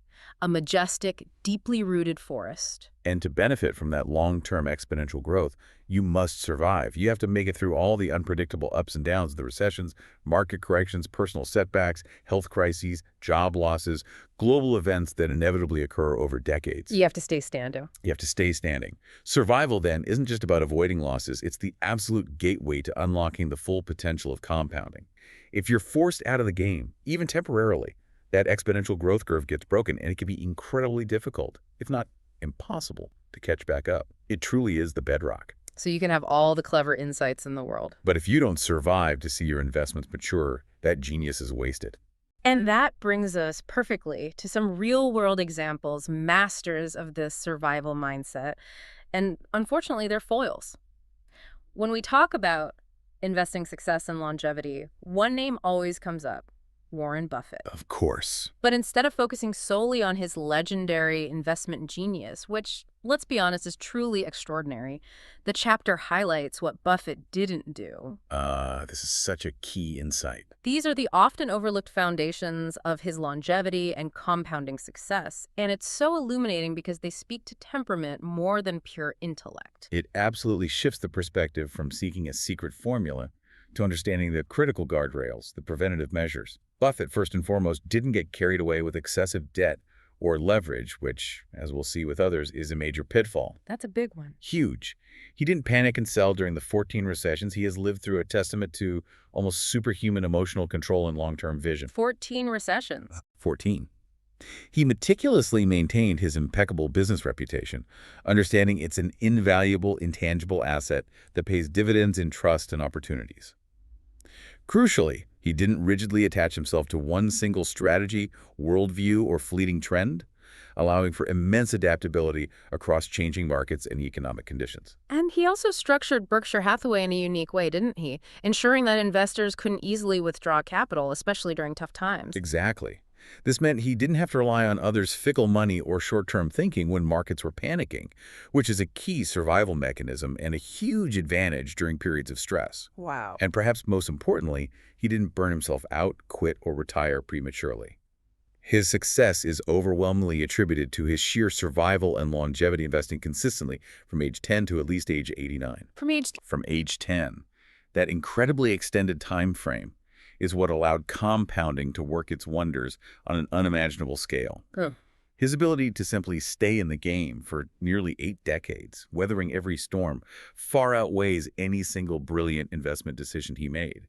It's the cumulative effect of disciplined endurance. That's incredible. 80 years in the market is almost unheard of. But to really put that into perspective and underscore the importance of Buffett's didn't do's, we have the cautionary tale of Rick Guerin. Guerin, yeah. You've probably heard of the legendary investing duo Warren Buffett and Charlie Munger. But Housel reveals that about 40 years ago, there was actually a third, equally brilliant member of that informal investing group, Rick Guerin. Right. And Buffett's observation about Guerin is incredibly powerful and revealing. He once said, "Charlie and I always knew that we would become incredibly wealthy. We were not in a hurry to get wealthy. We knew it would happen." Rick was just as smart as us, but he was in a hurry. He was in a hurry. That says so much. It really does. This impatience, this haste, this desire for speed is precisely what led to his undoing, despite his intelligence. And the consequence was brutal, wasn't it? It came during a particularly challenging period. Yeah, the devastating 1973-1974 market downturn, where stocks plummeted almost 70%. Guerin had used significant leverage, essentially, borrowed money for his investments, often through margin loans. Oh, okay, so he was playing with fire. Big time. When the market collapsed, he faced what are called, margin calls those terrifying demands from his broker to immediately inject more cash into his account or be forced to sell off his securities at fire sale prices, regardless of his long-term conviction. Oh, the worst possible time to sell. The absolute worst. He had no choice. He was forced to sell his Berkshire Hathaway stock, a significant portion of his wealth, to Warren for under $40 a share. Under $40. Knowing what Berkshire's worth now, ouch. Ouch is an understatement. This was a decision he undoubtedly regretted immensely, as Berkshire's value soared into the hundreds of thousands of dollars per share in subsequent decades. Guerin's intelligence and initial skill at getting wealthy were completely undermined by his desire for speed and his aggressive use of leverage. He just couldn't survive the downturn. Exactly.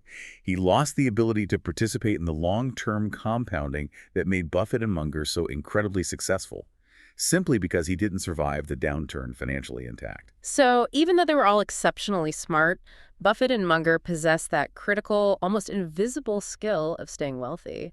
It wasn't just about their genius. It was about their discipline, their patience, their aversion to risks that could lead to ruin. That's it.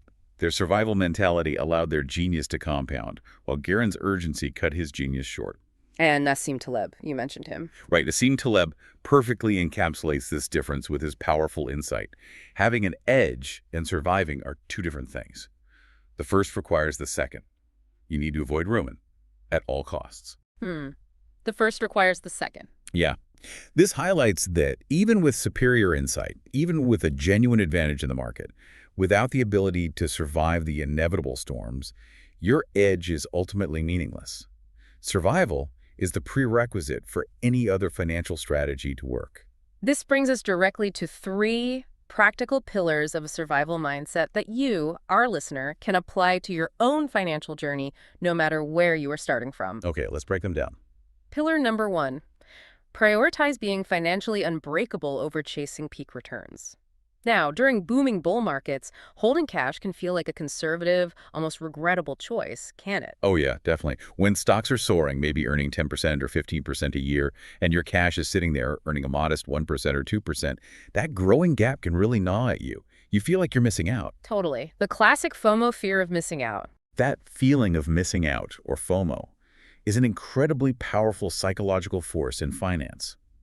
It's precisely what leads many people to make rash decisions, to abandon their long-term plans, or to take on undue risk by chasing the hottest investments. But Housel argues that cash has this hidden value. Exactly. That seemingly low-yielding cash acts as your ultimate safeguard. If it prevents you from being forced to sell your stock during a bear market precisely when prices are low, panic is high, and the rational investor should be buying, not selling, its actual return is not just that 1% or 2% a year.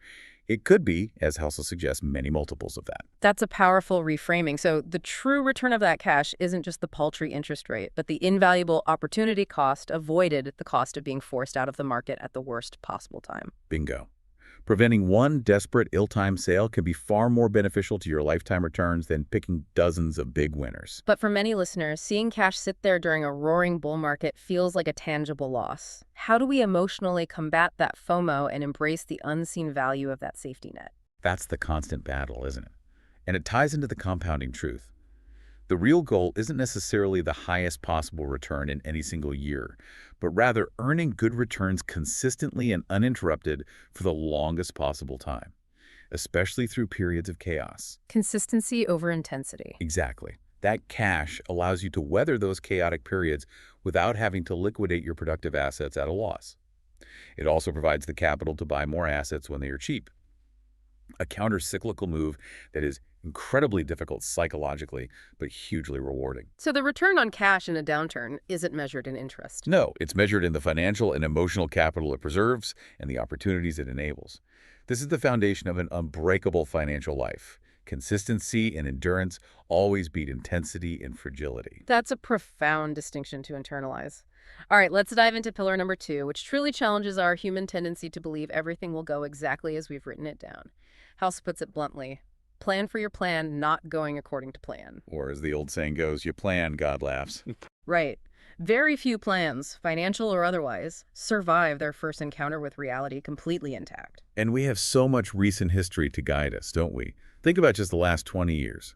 The 9/11 attacks, a massive housing boom followed by an epic bust, a global financial crisis that brought the world economy to its knees. A record-breaking bull market that seemed endless. And then, suddenly, a global pandemic that shut down economies worldwide. Right. No one, not a single expert or economic model, foresaw the exact timing or impact of these events, yet they dramatically impacted financial lives, career trajectories, retirement plans for millions. So planning needs humility. Exactly.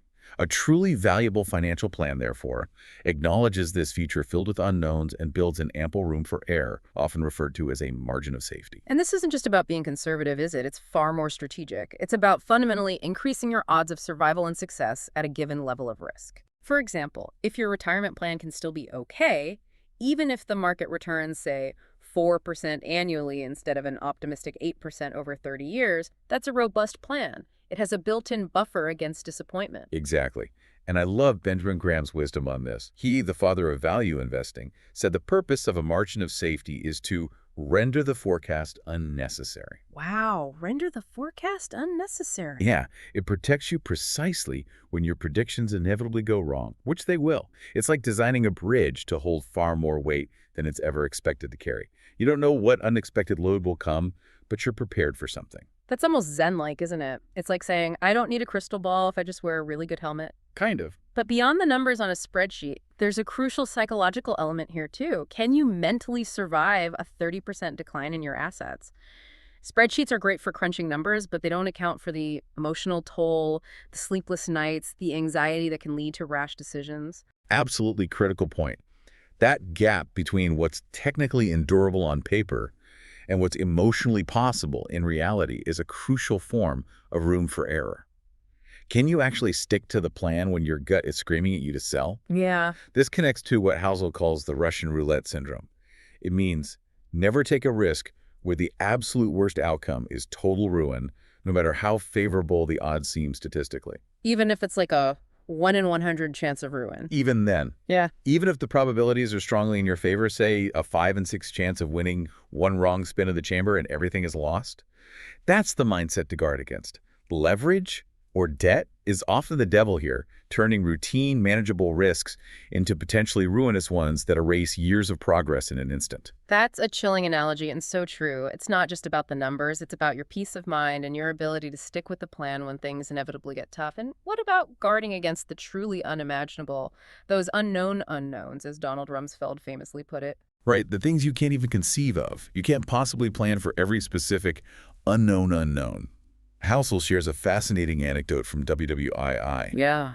German tanks, technologically superior, were sometimes defeated by mundane field mice that chewed through their electrical insulation, leaving them stranded. Field mice took out tanks. Seriously. Seriously, no tank designer would have envisioned that specific threat. The solution, then, is not to try and predict every mouse, but to avoid single points of failure in your finances. Okay, so what does that mean for the average person, for you listening? For you, our listener, this means not relying solely on a paycheck without any emergency savings, or having all your assets tied up in one illiquid investment, like maybe just your house. It means having some diversification, some cushion. Save for the field mice, the unpredictable surprises of life that you can't possibly forecast, but which a little financial buffer can often absorb. It's about resilience, not clairvoyance. That's a powerful image. The field mice of personal finance. Gotta watch out for those. And finally, pillar number 3. Cultivate what Housel calls a barbelled personality. Think of a barbell with 2 heavy ends. It's about holding 2 seemingly contradictory traits strongly and simultaneously. Okay, what are the 2 ends? Being genuinely optimistic about the future, but equally strategically paranoid about anything that could prevent you from reaching that future. The optimist and the paranoid living together. This barbelled approach allows for incredible strength and adaptability. Sensible optimism isn't blind hope or wishful thinking. It's the belief that over time, the odds are fundamentally in your favor for a good outcome for progress. Even knowing it's going to be bumpy. Exactly. Even knowing that the journey will be filled with misery and landmines, as Housel puts it. It's a deep-seated belief in human ingenuity, problem-solving, and the long-term trend of innovation and economic growth. You look at history and see that despite all the setbacks, the overall trend has been upward. But then you perfectly balance that with what Housel terms strategic paranoia. It's not about being a doomsayer, but a pragmatist. Exactly. Strategic paranoia means maintaining a keen, almost hyper-aware vigilance of all the things that could go wrong and derail your long-term success. It's that constant awareness that Michael Moritz of Sequoia Capital talked about, only the paranoid survive. So you believe things will generally work out, but you're constantly scanning for threats. Precisely. Think about the U.S. economy. It has grown phenomenally over 170 years, despite numerous wars, recessions, assassinations, pandemics, and countless company failures. Growth isn't linear. It's not a smooth upward curve. It often happens through destruction, adaptation, and reinvention. So the optimism is for the long-term outcome, and the paranoia is for surviving the short-term, unavoidable chaos. So it's not about avoiding destruction entirely, which is impossible, but understanding that it's an inherent part of the process and being ready to navigate it, to adapt, to pivot, to emerge stronger. It's a pragmatic, clear-eyed view of reality. Absolutely. But here's the trap, and it's one that directly relates back to Jesse Livermore, what he called the swelled head. Ah, the invincibility feeling again. Exactly. His mistake of feeling invincible after periods of immense success highlights the danger of letting good times erode your paranoia. When everything is going right, it's easy to forget about the field mice, about the potential for ruin. Yeah, you start thinking you cracked the code. You do. As Livermore himself put it after one of his incredible comebacks, it's an expensive disease. And he also said, nothing is as good or as bad as it seems. You need to maintain that dual perspective, that barbelled personality, because success can make you complacent. And complacency, ironically, is often the most direct path to ruin. Wow. What a deep dive into getting wealthy versus staying wealthy. Today, we've explored the critical difference between acquiring money and, far more importantly, keeping it and growing it. It's a distinction rooted not just in financial acumen, but in deep psychological principles. The often overlooked power of survival. The profound humility to embrace room for error. And the truly dynamic, dual mindset of optimism for the future, balanced with strategic paranoia about what will prevent you from getting there. For your financial journey, listening now, these aren't just abstract ideas. They're actionable behaviors and mindsets that can define your long-term success and, perhaps most importantly, your peace of mind. And, as Sherlock Holmes once famously said, the world is full of obvious things which nobody by any chance ever observes. I like that. The lessons we've discussed today about survival, prudence, preparedness, they might seem obvious in retrospect, right? Common sense even. But how often do we truly observe and act on them consistently in our own financial lives? That's the real question. What are the obvious financial behaviors you might be overlooking right now in your own pursuit of the extraordinary, simply because they aren't as flashy or exciting as chasing the next big win? It's a question worth pondering. A truly great question to ponder. Next time on The Deep Dive, we'll continue our exploration of these powerful psychological forces by looking at another fascinating aspect of wealth creation and life that often defies intuition. We'll examine how a few extraordinary outcomes can account for the majority of results and what that means for your decisions. The power of outliers. Exactly. As we take a deep dive into Chapter 6, Tails, You Win, You Won't Want to Miss It. Thanks for tuning in to the Book Summary Podcast. If you found value in today's episode, hit that like button, subscribe for more summaries, and share it with someone who's ready to grow. Want deeper insights, exclusive book notes, and reading tips? Join our free newsletter. The link's in the description. And don't forget, if you'd like to read the full book, our affiliate link is right below. It helps support the channel and keeps the summaries coming. Until next time, keep reading, keep growing.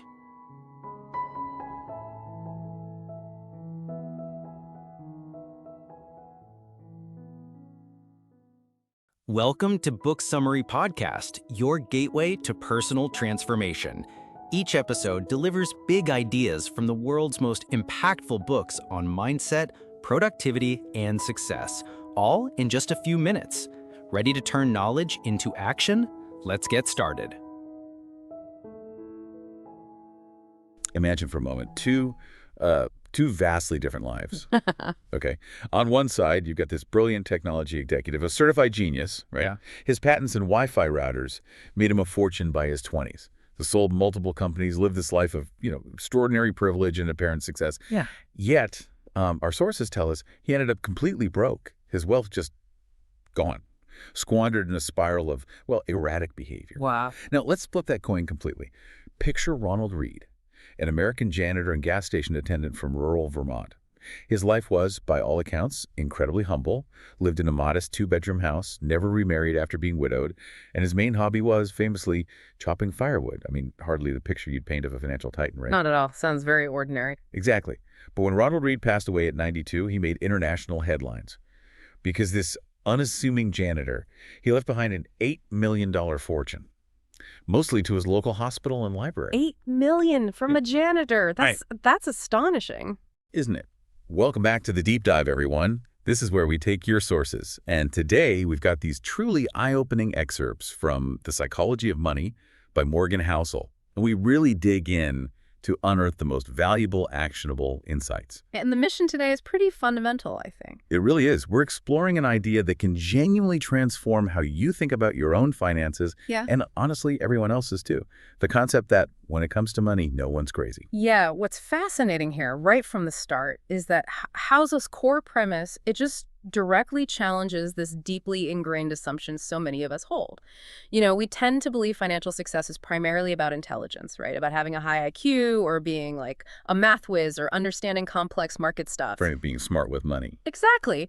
But Housel argues pretty forcefully that it actually has surprisingly little to do with how smart you are and a whole lot more to do with how you behave. And behavior, as we're about to uncover, is shaped by forces far beyond pure logic or even what we might consider traditional intelligence. So it's not just about the numbers on the page. Not at all. This deep dive is really going to illuminate why what looks like, well, madness or total irrationality to one person makes perfect, even profound sense to another based on their own world. And as we unpack this foundational idea, really getting into the deep roots of our financial behaviors, we'll naturally start to see how it connects to another crucial concept the author introduces. The intertwined nature of luck and risk. Ah, yes, the inseparable siblings, as he calls them. Exactly. It's a theme we're definitely going to explore in even greater detail in a future deep dive because its implications are just vast. But first, let's truly get into why, when it comes to money, no one's crazy. Okay, so let's really dig into this paradox. Housel starts the book, as we mentioned, illustrating this very point through those two incredible contrasting stories. You know, your natural assumption probably is that financial genius leads to immense wealth, right? Yeah. And ordinary jobs lead to, well, ordinary outcomes. Seems logical enough. But Housel's narrative just completely turns that expectation on its head. It really does. Let's dive a bit deeper into the story of that tech executive. His name isn't given, which is probably for the best, but his story is unforgettable. He truly was, by all accounts, a certified genius. Patented a key component in Wi-Fi routers in his 20s. I mean, just think about the foresight and intellect required for that back then. Absolutely cutting edge. And he sold multiple companies for substantial sums. He built a legitimate fortune. It wasn't like he just got lucky once. Yet, the book recounts this truly startling incident. He was seen throwing a brick of cash, literally a brick of cash, at a hotel manager over a disagreement about a $500 lamp. Wow. Yeah, apparently offering $5,000 and saying, "Don't ever insult me like that again." I mean, that's such a powerful image, isn't it? Yeah. Of unchecked ego, of emotional volatility, just running rampant. Totally out of control. And this erratic, emotionally charged behavior wasn't just a one-off incident. We learn that years later, despite all his intelligence and earlier success, he went completely broke. His story is the stark, almost unbelievable reminder that immense intelligence, even, extraordinary business acumen, it just doesn't guarantee financial stability if emotional control and basic good judgment are lacking. So his genius couldn't save him from himself, essentially. Precisely. His behavior trumped his brilliance. And then on the complete other side of that dramatic spectrum, we have Ronald Read, the man who just defied all expectations. The book paints him as this really unassuming figure, an American philanthropist, yes, eventually, but also a janitor, a gas station attendant from rural Vermont. Quite the contrast. Right. He was the first in his family to graduate high school, apparently hitchhiking to campus daily. His life was just, by all accounts, incredibly low-key, defined by quiet routine. He fixed cars at a gas station for 25 years, swept floors at JCPenney for 17 years, bought a modest $12,000 two-bedroom house at 38, and lived there for the rest of his life. Never remarried after being widowed at 50. Sounds like a very simple life. Extremely simple. A friend even recalled his main hobby was just chopping firewood. He was just Ronald Read, seemingly unremarkable, living this quiet existence. And that's what makes his outcome so profoundly surprising, isn't it? When Read died at 92, he genuinely made international headlines because, get this, out of nearly 3 million Americans who died that year, fewer than 4,000 had a net worth over $8 million. That's a tiny fraction. A minuscule fraction. And Ronald Read, the janitor, was one of them. He left $2 million to his stepkids and over $6 million to his local hospital and library. I mean, people who knew him were truly baffled. How on earth did he do it? So what was the secret? Some hidden genius. Not at all. His secret wasn't complex financial wizardry. It wasn't about timing the market perfectly or picking some obscure hot stocks. He simply saved what little he could. And remember, his income was very modest and invested it consistently in blue chip stocks. Shares of large, well-established, financially sound companies known for their reliability. The boring stuff, some might say. Pretty much the boring stuff. And then he just waited. For decades on end, just letting those tiny savings compound grow on themselves into more than $8 million. It really highlights the contrast, doesn't it? Housel mentions Richard Fuscone, a Harvard-educated Merrill Lynch executive praised for his business savvy and sound judgment, who retired super early in his 40s but eventually lost his massive homes to foreclosure. Wow, the exact opposite trajectory. Exactly. Red was incredibly patient. Fuscone, it seems, got greedy, took on too much debt, and that difference in behavior alone just completely eclipsed their vast gap in education and financial experience. So what's the core takeaway here for us, for the listeners? This isn't just about two extreme, isolated anecdotes, right? It highlights a central message from Housel. Doing well with money has remarkably little to do with how smart you are, and a whole lot to do with how you behave. It really challenges that deep-seated belief, doesn't it, that intelligence is the key. Totally. A certified genius losing emotional control can be a complete financial disaster. While ordinary folks, maybe with no formal financial education, not a single finance degree between them, they can become incredibly wealthy through just a handful of behavioral skills. Things like patience, consistency, living below their means. Skills that have absolutely nothing to do with formal intelligence or academic prowess. Exactly. It's not about mastering complex formulas or algorithms. It's profoundly about the execution, the human element. It's about what you actually do with the money you have, day in, day out, for years. Right. And this naturally raises a really important question. If behavior is so critical, why do we see such seemingly crazy financial choices all the time? Why would someone so smart, so capable like that tech exec self-destruct financially, while someone so seemingly ordinary like Ronald Reed flourishes? Yeah, what drives these divergent paths? Well, the simple yet kind of profound answer the author argues for is that our individual behaviors aren't random. They're not just quirks. They're deeply rooted in our unique personal experiences. They make perfect sense to the individual, even if they appear completely irrational or, well, crazy to an outsider looking in. Hashtag the uniqueness of our financial education. Okay, here's where it gets really, really interesting for me. Our sources stress this idea that everyone has their own unique experience with how the world works. This is the absolute bedrock, the foundation of this whole no one's crazy principle. It's fundamental. We don't approach financial decisions as, blank slates, purely rational actors. We bring our entire personal history, our entire lived experience, every joy, every fear, every lesson learned the hard way, to every single choice we make about money. So my money story is different from your money story. Completely different. Think about it. People from different generations, right? Yeah. Raised by different parents who had different incomes and completely different values about money. Living in different parts of the world, born into totally different economies, boom times versus recessions. Experiencing different job markets with varied incentives and, crucially, different degrees of luck.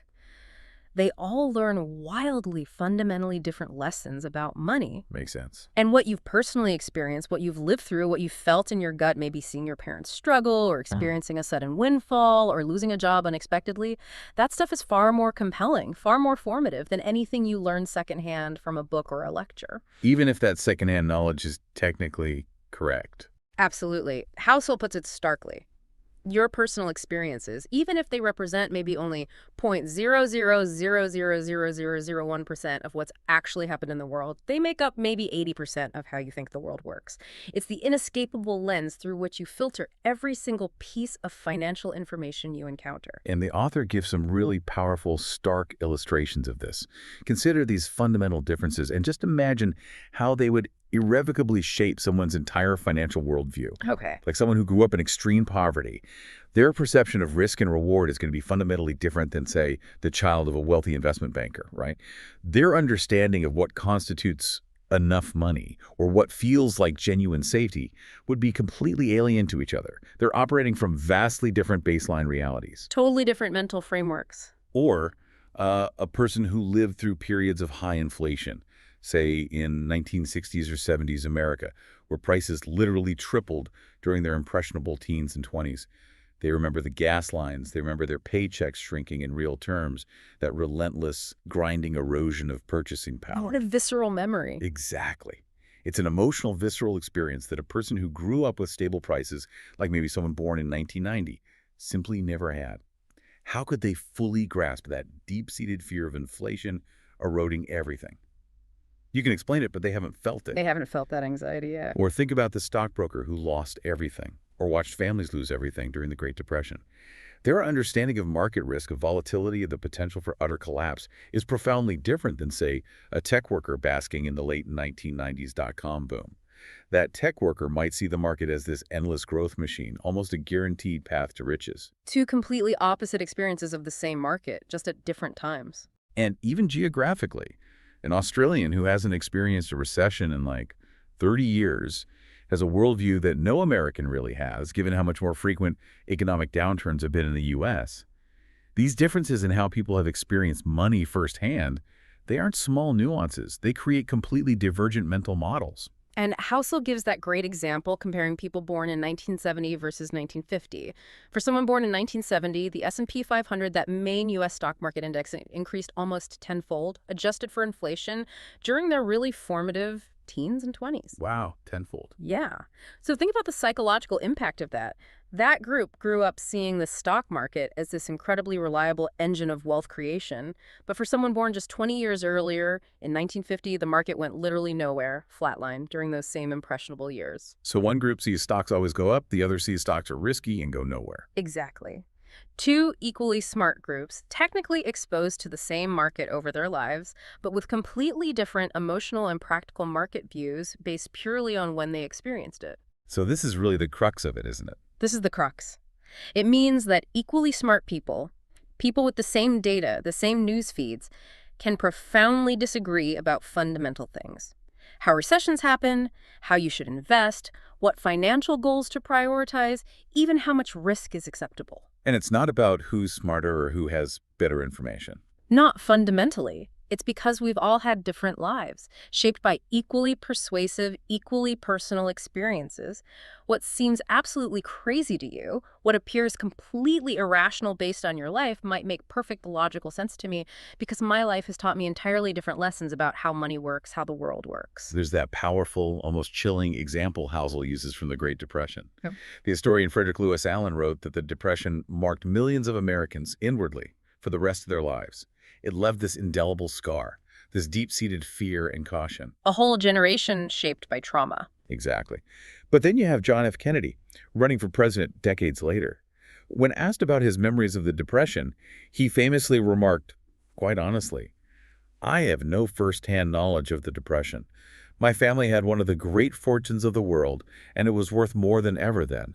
We had bigger houses, more servants, we traveled more." A completely different reality. Totally. He said, "About the only thing that I saw directly was when my father hired some extra gardeners just to give them a job so they could eat. I really did not learn about the Depression until I read about it at Harvard." And that just illustrates such a crucial point. No amount of studying, no amount of academic open-mindedness can truly replicate the emotional power of fear, uncertainty, or profound loss that comes from lived experience. You can't study your way into feeling that kind of fear. You really can't. Those who live through something like the Depression carry emotional scars, as Housel calls them, that fundamentally alter their perspective. They see the world through a completely different lens than someone who merely reads about it in a textbook. And this is why others' financial actions, though they might seem crazy to an outsider like us, are often deeply rational for them, given their internal narrative built on that personal history. It's their logic based on their life. Precisely. It's also why someone like Bill Gross, the famous bond fund manager, he openly admitted he probably wouldn't be where he is today if he'd been born a decade earlier or later. His entire career perfectly coincided with this generational collapse in interest rates, which made bonds incredibly lucrative investments for decades. He rode the wave. He absolutely rode the wave. So to him, bonds were these amazing wealth-generating machines. But to his father's generation, who endured high inflation and rising interest rates that crushed bond values, bonds might have seemed like, wealth incinerators. It's all about your personal timeline, your personal market experience. No one's crazy. They just experience a different slice of history. Hashtag, tag, the lottery ticket paradox. Okay, to really drive this home and maybe challenge some of our own assumptions, let's look at an example that seems, well, on the surface, utterly irrational to many people. Lottery tickets. Ah, the lottery. Always a controversial one. Right. Americans collectively spend more money on lottery tickets than they do on movies, video games, music, sporting events, and books combined. That statistic is always staggering when you hear it. Just the sheer volume of money. It's enormous. Pouring into something with, let's be honest, mathematically terrible odds of winning big. And the demographic data makes it even more striking and frankly a bit heartbreaking in some ways. The lowest income households, on average, spend around $412 a year on lottery tickets. $412. Yeah. And that's 4 times the amount spent by those in the highest income groups. This is particularly poignant when you remember that other statistic, that a significant percentage of Americans, around 40%, cannot come up with $400 cash for an emergency. So the same people who likely can't cover a basic emergency expense are, paradoxically, spending that exact amount or more on something with a 1 in millions chance of a payout. Exactly. That, to many of us, especially those maybe with some financial education or a comfortable income, seems absolutely crazy. It seems like the definition of a poor financial decision. You look at that and think, why would you possibly do that? Right. To someone from a higher income bracket, it can be just mind-boggling. But Housel invites us to strain a little, as he puts it, to try and imagine the subconscious reasoning, the why behind such a choice, from their perspective. Okay, let's try. What might that thinking sound like? Well, the narrative from that perspective, if we really try to inhabit it, might go something like this. Look, we live paycheck to paycheck, saving significant money, building a real emergency fund, investing for retirement, seeing our money actually grow in a meaningful way. Those prospects feel almost impossibly far away for us. Like climbing an unclimbable mountain. Yeah. Our chances for much higher wages or big career advancement seem equally out of reach. We can't afford the nice vacations you take, the new cars you drive, the comprehensive health insurance you have, or homes in safe neighborhoods. Much of the good stuff in life that you people who read finance books either have now or have a pretty good chance of getting eventually, we simply don't see a path to. So, for us, buying a lottery ticket, it isn't just about the minuscule chance of winning the jackpot. It's the only time in our lives, maybe all week, that we get to hold a tangible dream, even just for a few days, of getting all that good stuff that you already have and probably take for granted. We are paying for a dream. We're buying a moment of hope, a flicker of possibility in an otherwise difficult life. And you may not understand that because, frankly, you're already living a version of that dream. That's why we buy more tickets than you do. Okay. Now, look, you don't have to agree with the financial logic there.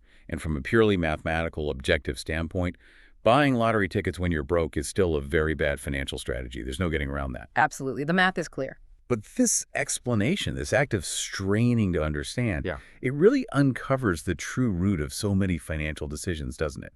They're not made purely with a spreadsheet, completely devoid of human emotion or deep aspiration or even desperation.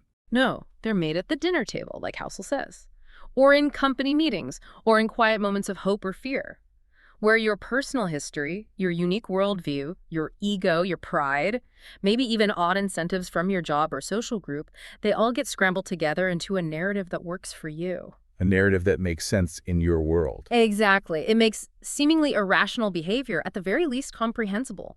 It allows you to see the internal logic, even if you disagree with the external outcome. And it removes that immediate judgment of just calling it crazy. Hashtag the newbie factor in modern finance. So beyond our individual experiences shaping us, our sources highlight another really crucial reason why our financial behaviors can sometimes seem crazy, or, maybe more accurately, just plain struggling. And that's the fact that many of the fundamental financial concepts and tools we're navigating today are incredibly new. That's such an important point. We often operate without a long, deep history of collective wisdom or, inherited family strategies for these things. We are, in many ways, pioneers in a rapidly changing landscape. Give us an example. Okay, consider retirement as we think of it today, this idea that Everyone deserves, or is entitled to, a dignified post-work life, financially secure and free from labor. This widespread concept is, at most, maybe 2 generations old. Really? Only 2 generations? Pretty much. Before World War II, most Americans simply worked until they died. Social Security, when it started, the initial benefits were minimal, barely a safety net. The average check didn't exceed $1,000 a month, adjusted for inflation, until the 1980s. Oh, okay. It wasn't really until the 1980s that this idea of a dignified retirement for everyone, and crucially the expectation that everyone would personally save and invest their own money for it, truly took hold as a widespread societal norm. This is a very recent and pretty profound shift in societal expectation and individual responsibility. And the tools we're supposed to use to achieve that retirement? Also brand new, relatively speaking, the 401k, which is now the cornerstone savings vehicle for American retirement, allowing you to contribute pre-tax dollars to grow tax-deferred. It didn't even exist until 1978. 1978. That's younger than a lot of our listeners. Exactly. And the Roth IRA, which is fantastic with its tax-free withdrawals in retirement, that wasn't born until 1998, barely old enough to legally drink. These are not ancient, deeply embedded systems passed down through generations of family wisdom. They're relatively young, and we're all still, collectively, figuring out the best ways to use them. So we're kind of learning on the fly. We are, and the same applies to financing college education. The share of Americans with a bachelor's degree has just skyrocketed, right? From less than 1 in 20 back in 1940 to maybe 1 in 4 more recently. And over that same time, tuition has risen over 4-fold, even after adjusting for inflation. The costs are insane. They are. So why do so many people make what appear in hindsight to be poor student loan decisions, taking on absolutely crippling debt? Oh. Partly because there just isn't decades of accumulated experience or clear societal guidelines to learn from. We've largely been winging it as a society when it comes to financing higher education at this scale and cost. It makes sense. We didn't have generations before us dealing with 6-figure student loans. Precisely. Even things we take for granted now, like index funds, a cornerstone of passive investing that many financial advisors recommend they're less than 50 years old. And widespread consumer credit card debt, mortgages as we know them, that really only took off after World War II. Our entire financial landscape is constantly shifting under our feet, making it incredibly difficult to rely solely on historical precedent or inherited wisdom for many modern financial dilemmas. So what does this all mean for us, the listeners, as we're trying to navigate our own financial lives today? Well, I think it means we should give ourselves and others a bit of a break. We're genuinely not crazy for struggling with these relatively new concepts, for feeling a bit overwhelmed sometimes, or for making decisions that, maybe in hindsight seem less than optimal. It's okay to not have all the answers. Absolutely. We're all just newbies in many respects, as Housel puts it. Our collective financial journey is, in so many ways, an ongoing experiment. The rules are still being written, the best practices are still evolving. We don't have the benefit of our grandparents' or great-grandparents' wisdom on how to best manage a 401k or navigate massive student loan debt, because those things simply didn't exist for them in the same way. We're forging new paths. We are. And that inherent uncertainty, that lack of deep historical context for our specific tools and challenges, inevitably influences our behavior, sometimes in ways that might look off from a purely theoretical standpoint. Okay, so this profound insight that our personal histories, our unique experiences, and even the relative newness of our financial tools deeply shape our actions leads us directly into another really compelling idea from our sources. And that's the notion that when making financial decisions is often more effective, more sustainable, to aim for being reasonable rather than being coldly rational. Right. This might sound a bit counterintuitive at first, especially in a field like finance that often seems like it should be all about pure mathematics and logic. But it connects directly back to why people do what they do, and more importantly, what they can actually stick with over time. So reasonable is better than perfectly logical. Housel argues yes in practice. He suggests that reasonable is not just more realistic, but it's actually crucial because you have a far better chance of sticking with a reasonable approach for the long run. And when managing money, that long-term consistency is what matters most, way more than short-term optimization that you abandon at the first sign of trouble. Okay, sticking with the plan is key. Exactly. Adopting a reasonable approach means acknowledging the human element, our emotions, our psychological limits, our need for comfort, rather than striving for some mathematically perfect strategy that might feel completely unbearable emotionally. And to really illustrate this point, our sources give us this truly wild and historically significant medical story. Oh, yeah, this one was fascinating. Tell us about it. Okay, picture this. Julius Wagner Jauregg. He was a 19th century Austrian psychiatrist. His specialty was treating severe neurosyphilis, which back then was basically a death sentence. Absolutely no known cure. A terrifying, hopeless situation for patients and doctors alike. Grim starting point. Very grim. But he noticed this intriguing, if kind of anecdotal pattern. Occasionally, some syphilis patients seem to recover, or at least improve significantly, if they also happen to contract some other illness that caused prolonged high fevers. A fever seemed to help. That was the observation. So he jumped to what was, for his time, a drastic yet, in a certain brutal sense, logical conclusion. He began intentionally injecting patients with low-end strains of diseases like typhoid, malaria, even smallpox. Infected them on purpose. Yes, to deliberately induce fevers strong enough, he hoped, to kill the syphilis bacterium. Now, as you can imagine, this was incredibly dangerous. It was radical, and some patients tragically died from the treatment itself. That's horrifying. It is, by modern standards. But he eventually refined his technique, settling on a controlled, weak version of malaria. The malaria would cause these bone-rattling fevers for a few days, and then, crucially, he could cure the malaria itself with quinine. And his audacious, terrifying experiment actually worked. It worked. He reported that about 6 out of 10 patients treated this way recovered from the otherwise fatal neurosyphilis, compared to maybe 3 out of 10 who were left untreated. It was groundbreaking. He was awarded the Nobel Prize in Medicine in 1927 for this work. Wow, okay. That's quite a story. How does this connect back to finance? Well, fast forward to today and compare this to how we generally treat fevers now. We have abundant scientific evidence showing that fevers are actually beneficial, right? They help turn on the immune system, they slow down virus replication, they generally lead to better overall outcomes in fighting infections. Seattle Children's Hospital even explicitly educates parents that normal fevers between 100 degrees and 104 degrees Fahrenheit are good for sick children. Okay, so fevers are technically good for us when we're sick. Scientifically, yes. Yet, what do we almost universally do? What's the first instinct when you or your kid gets a fever? Reach for the Tylenol or ibuprofen. Knock it down. Exactly. Fevers are almost universally seen as a bad thing, something to be treated quickly, almost instinctively. Why the disconnect? If fevers are scientifically beneficial, even good for fighting illness, why do we fight them so universally, so aggressively? Yeah. The simple answer, as Housel points out, is brutally human.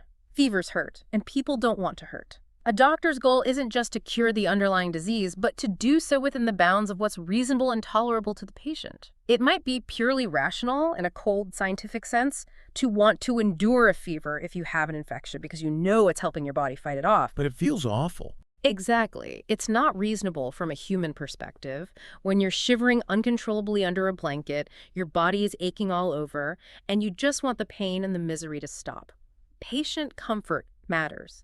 And this philosophy, this prioritizing of the reasonable, the tolerable over the purely rational, is deeply, profoundly applicable to how we should think about managing our money. Okay, I see the connection now. So what does this mean for our investments, our saving strategies? Well, academic finance, the kind taught in universities, often seeks these mathematically optimal strategies. Precise formulas designed to maximize expected returns for a given level of risk, all calculated beautifully on paper. The efficient frontier and all that. Exactly. But in the real world, Housel argues, people don't necessarily want the mathematically optimal strategy. They want the strategy that maximizes for how well they sleep at night. That feeling of comfort, that emotional resilience, that sense of peace knowing you won't be completely wiped out, that can be far more valuable in practice than squeezing out an extra hypothetical percentage point of return, especially if chasing that extra point means adopting a strategy that causes you constant anxiety and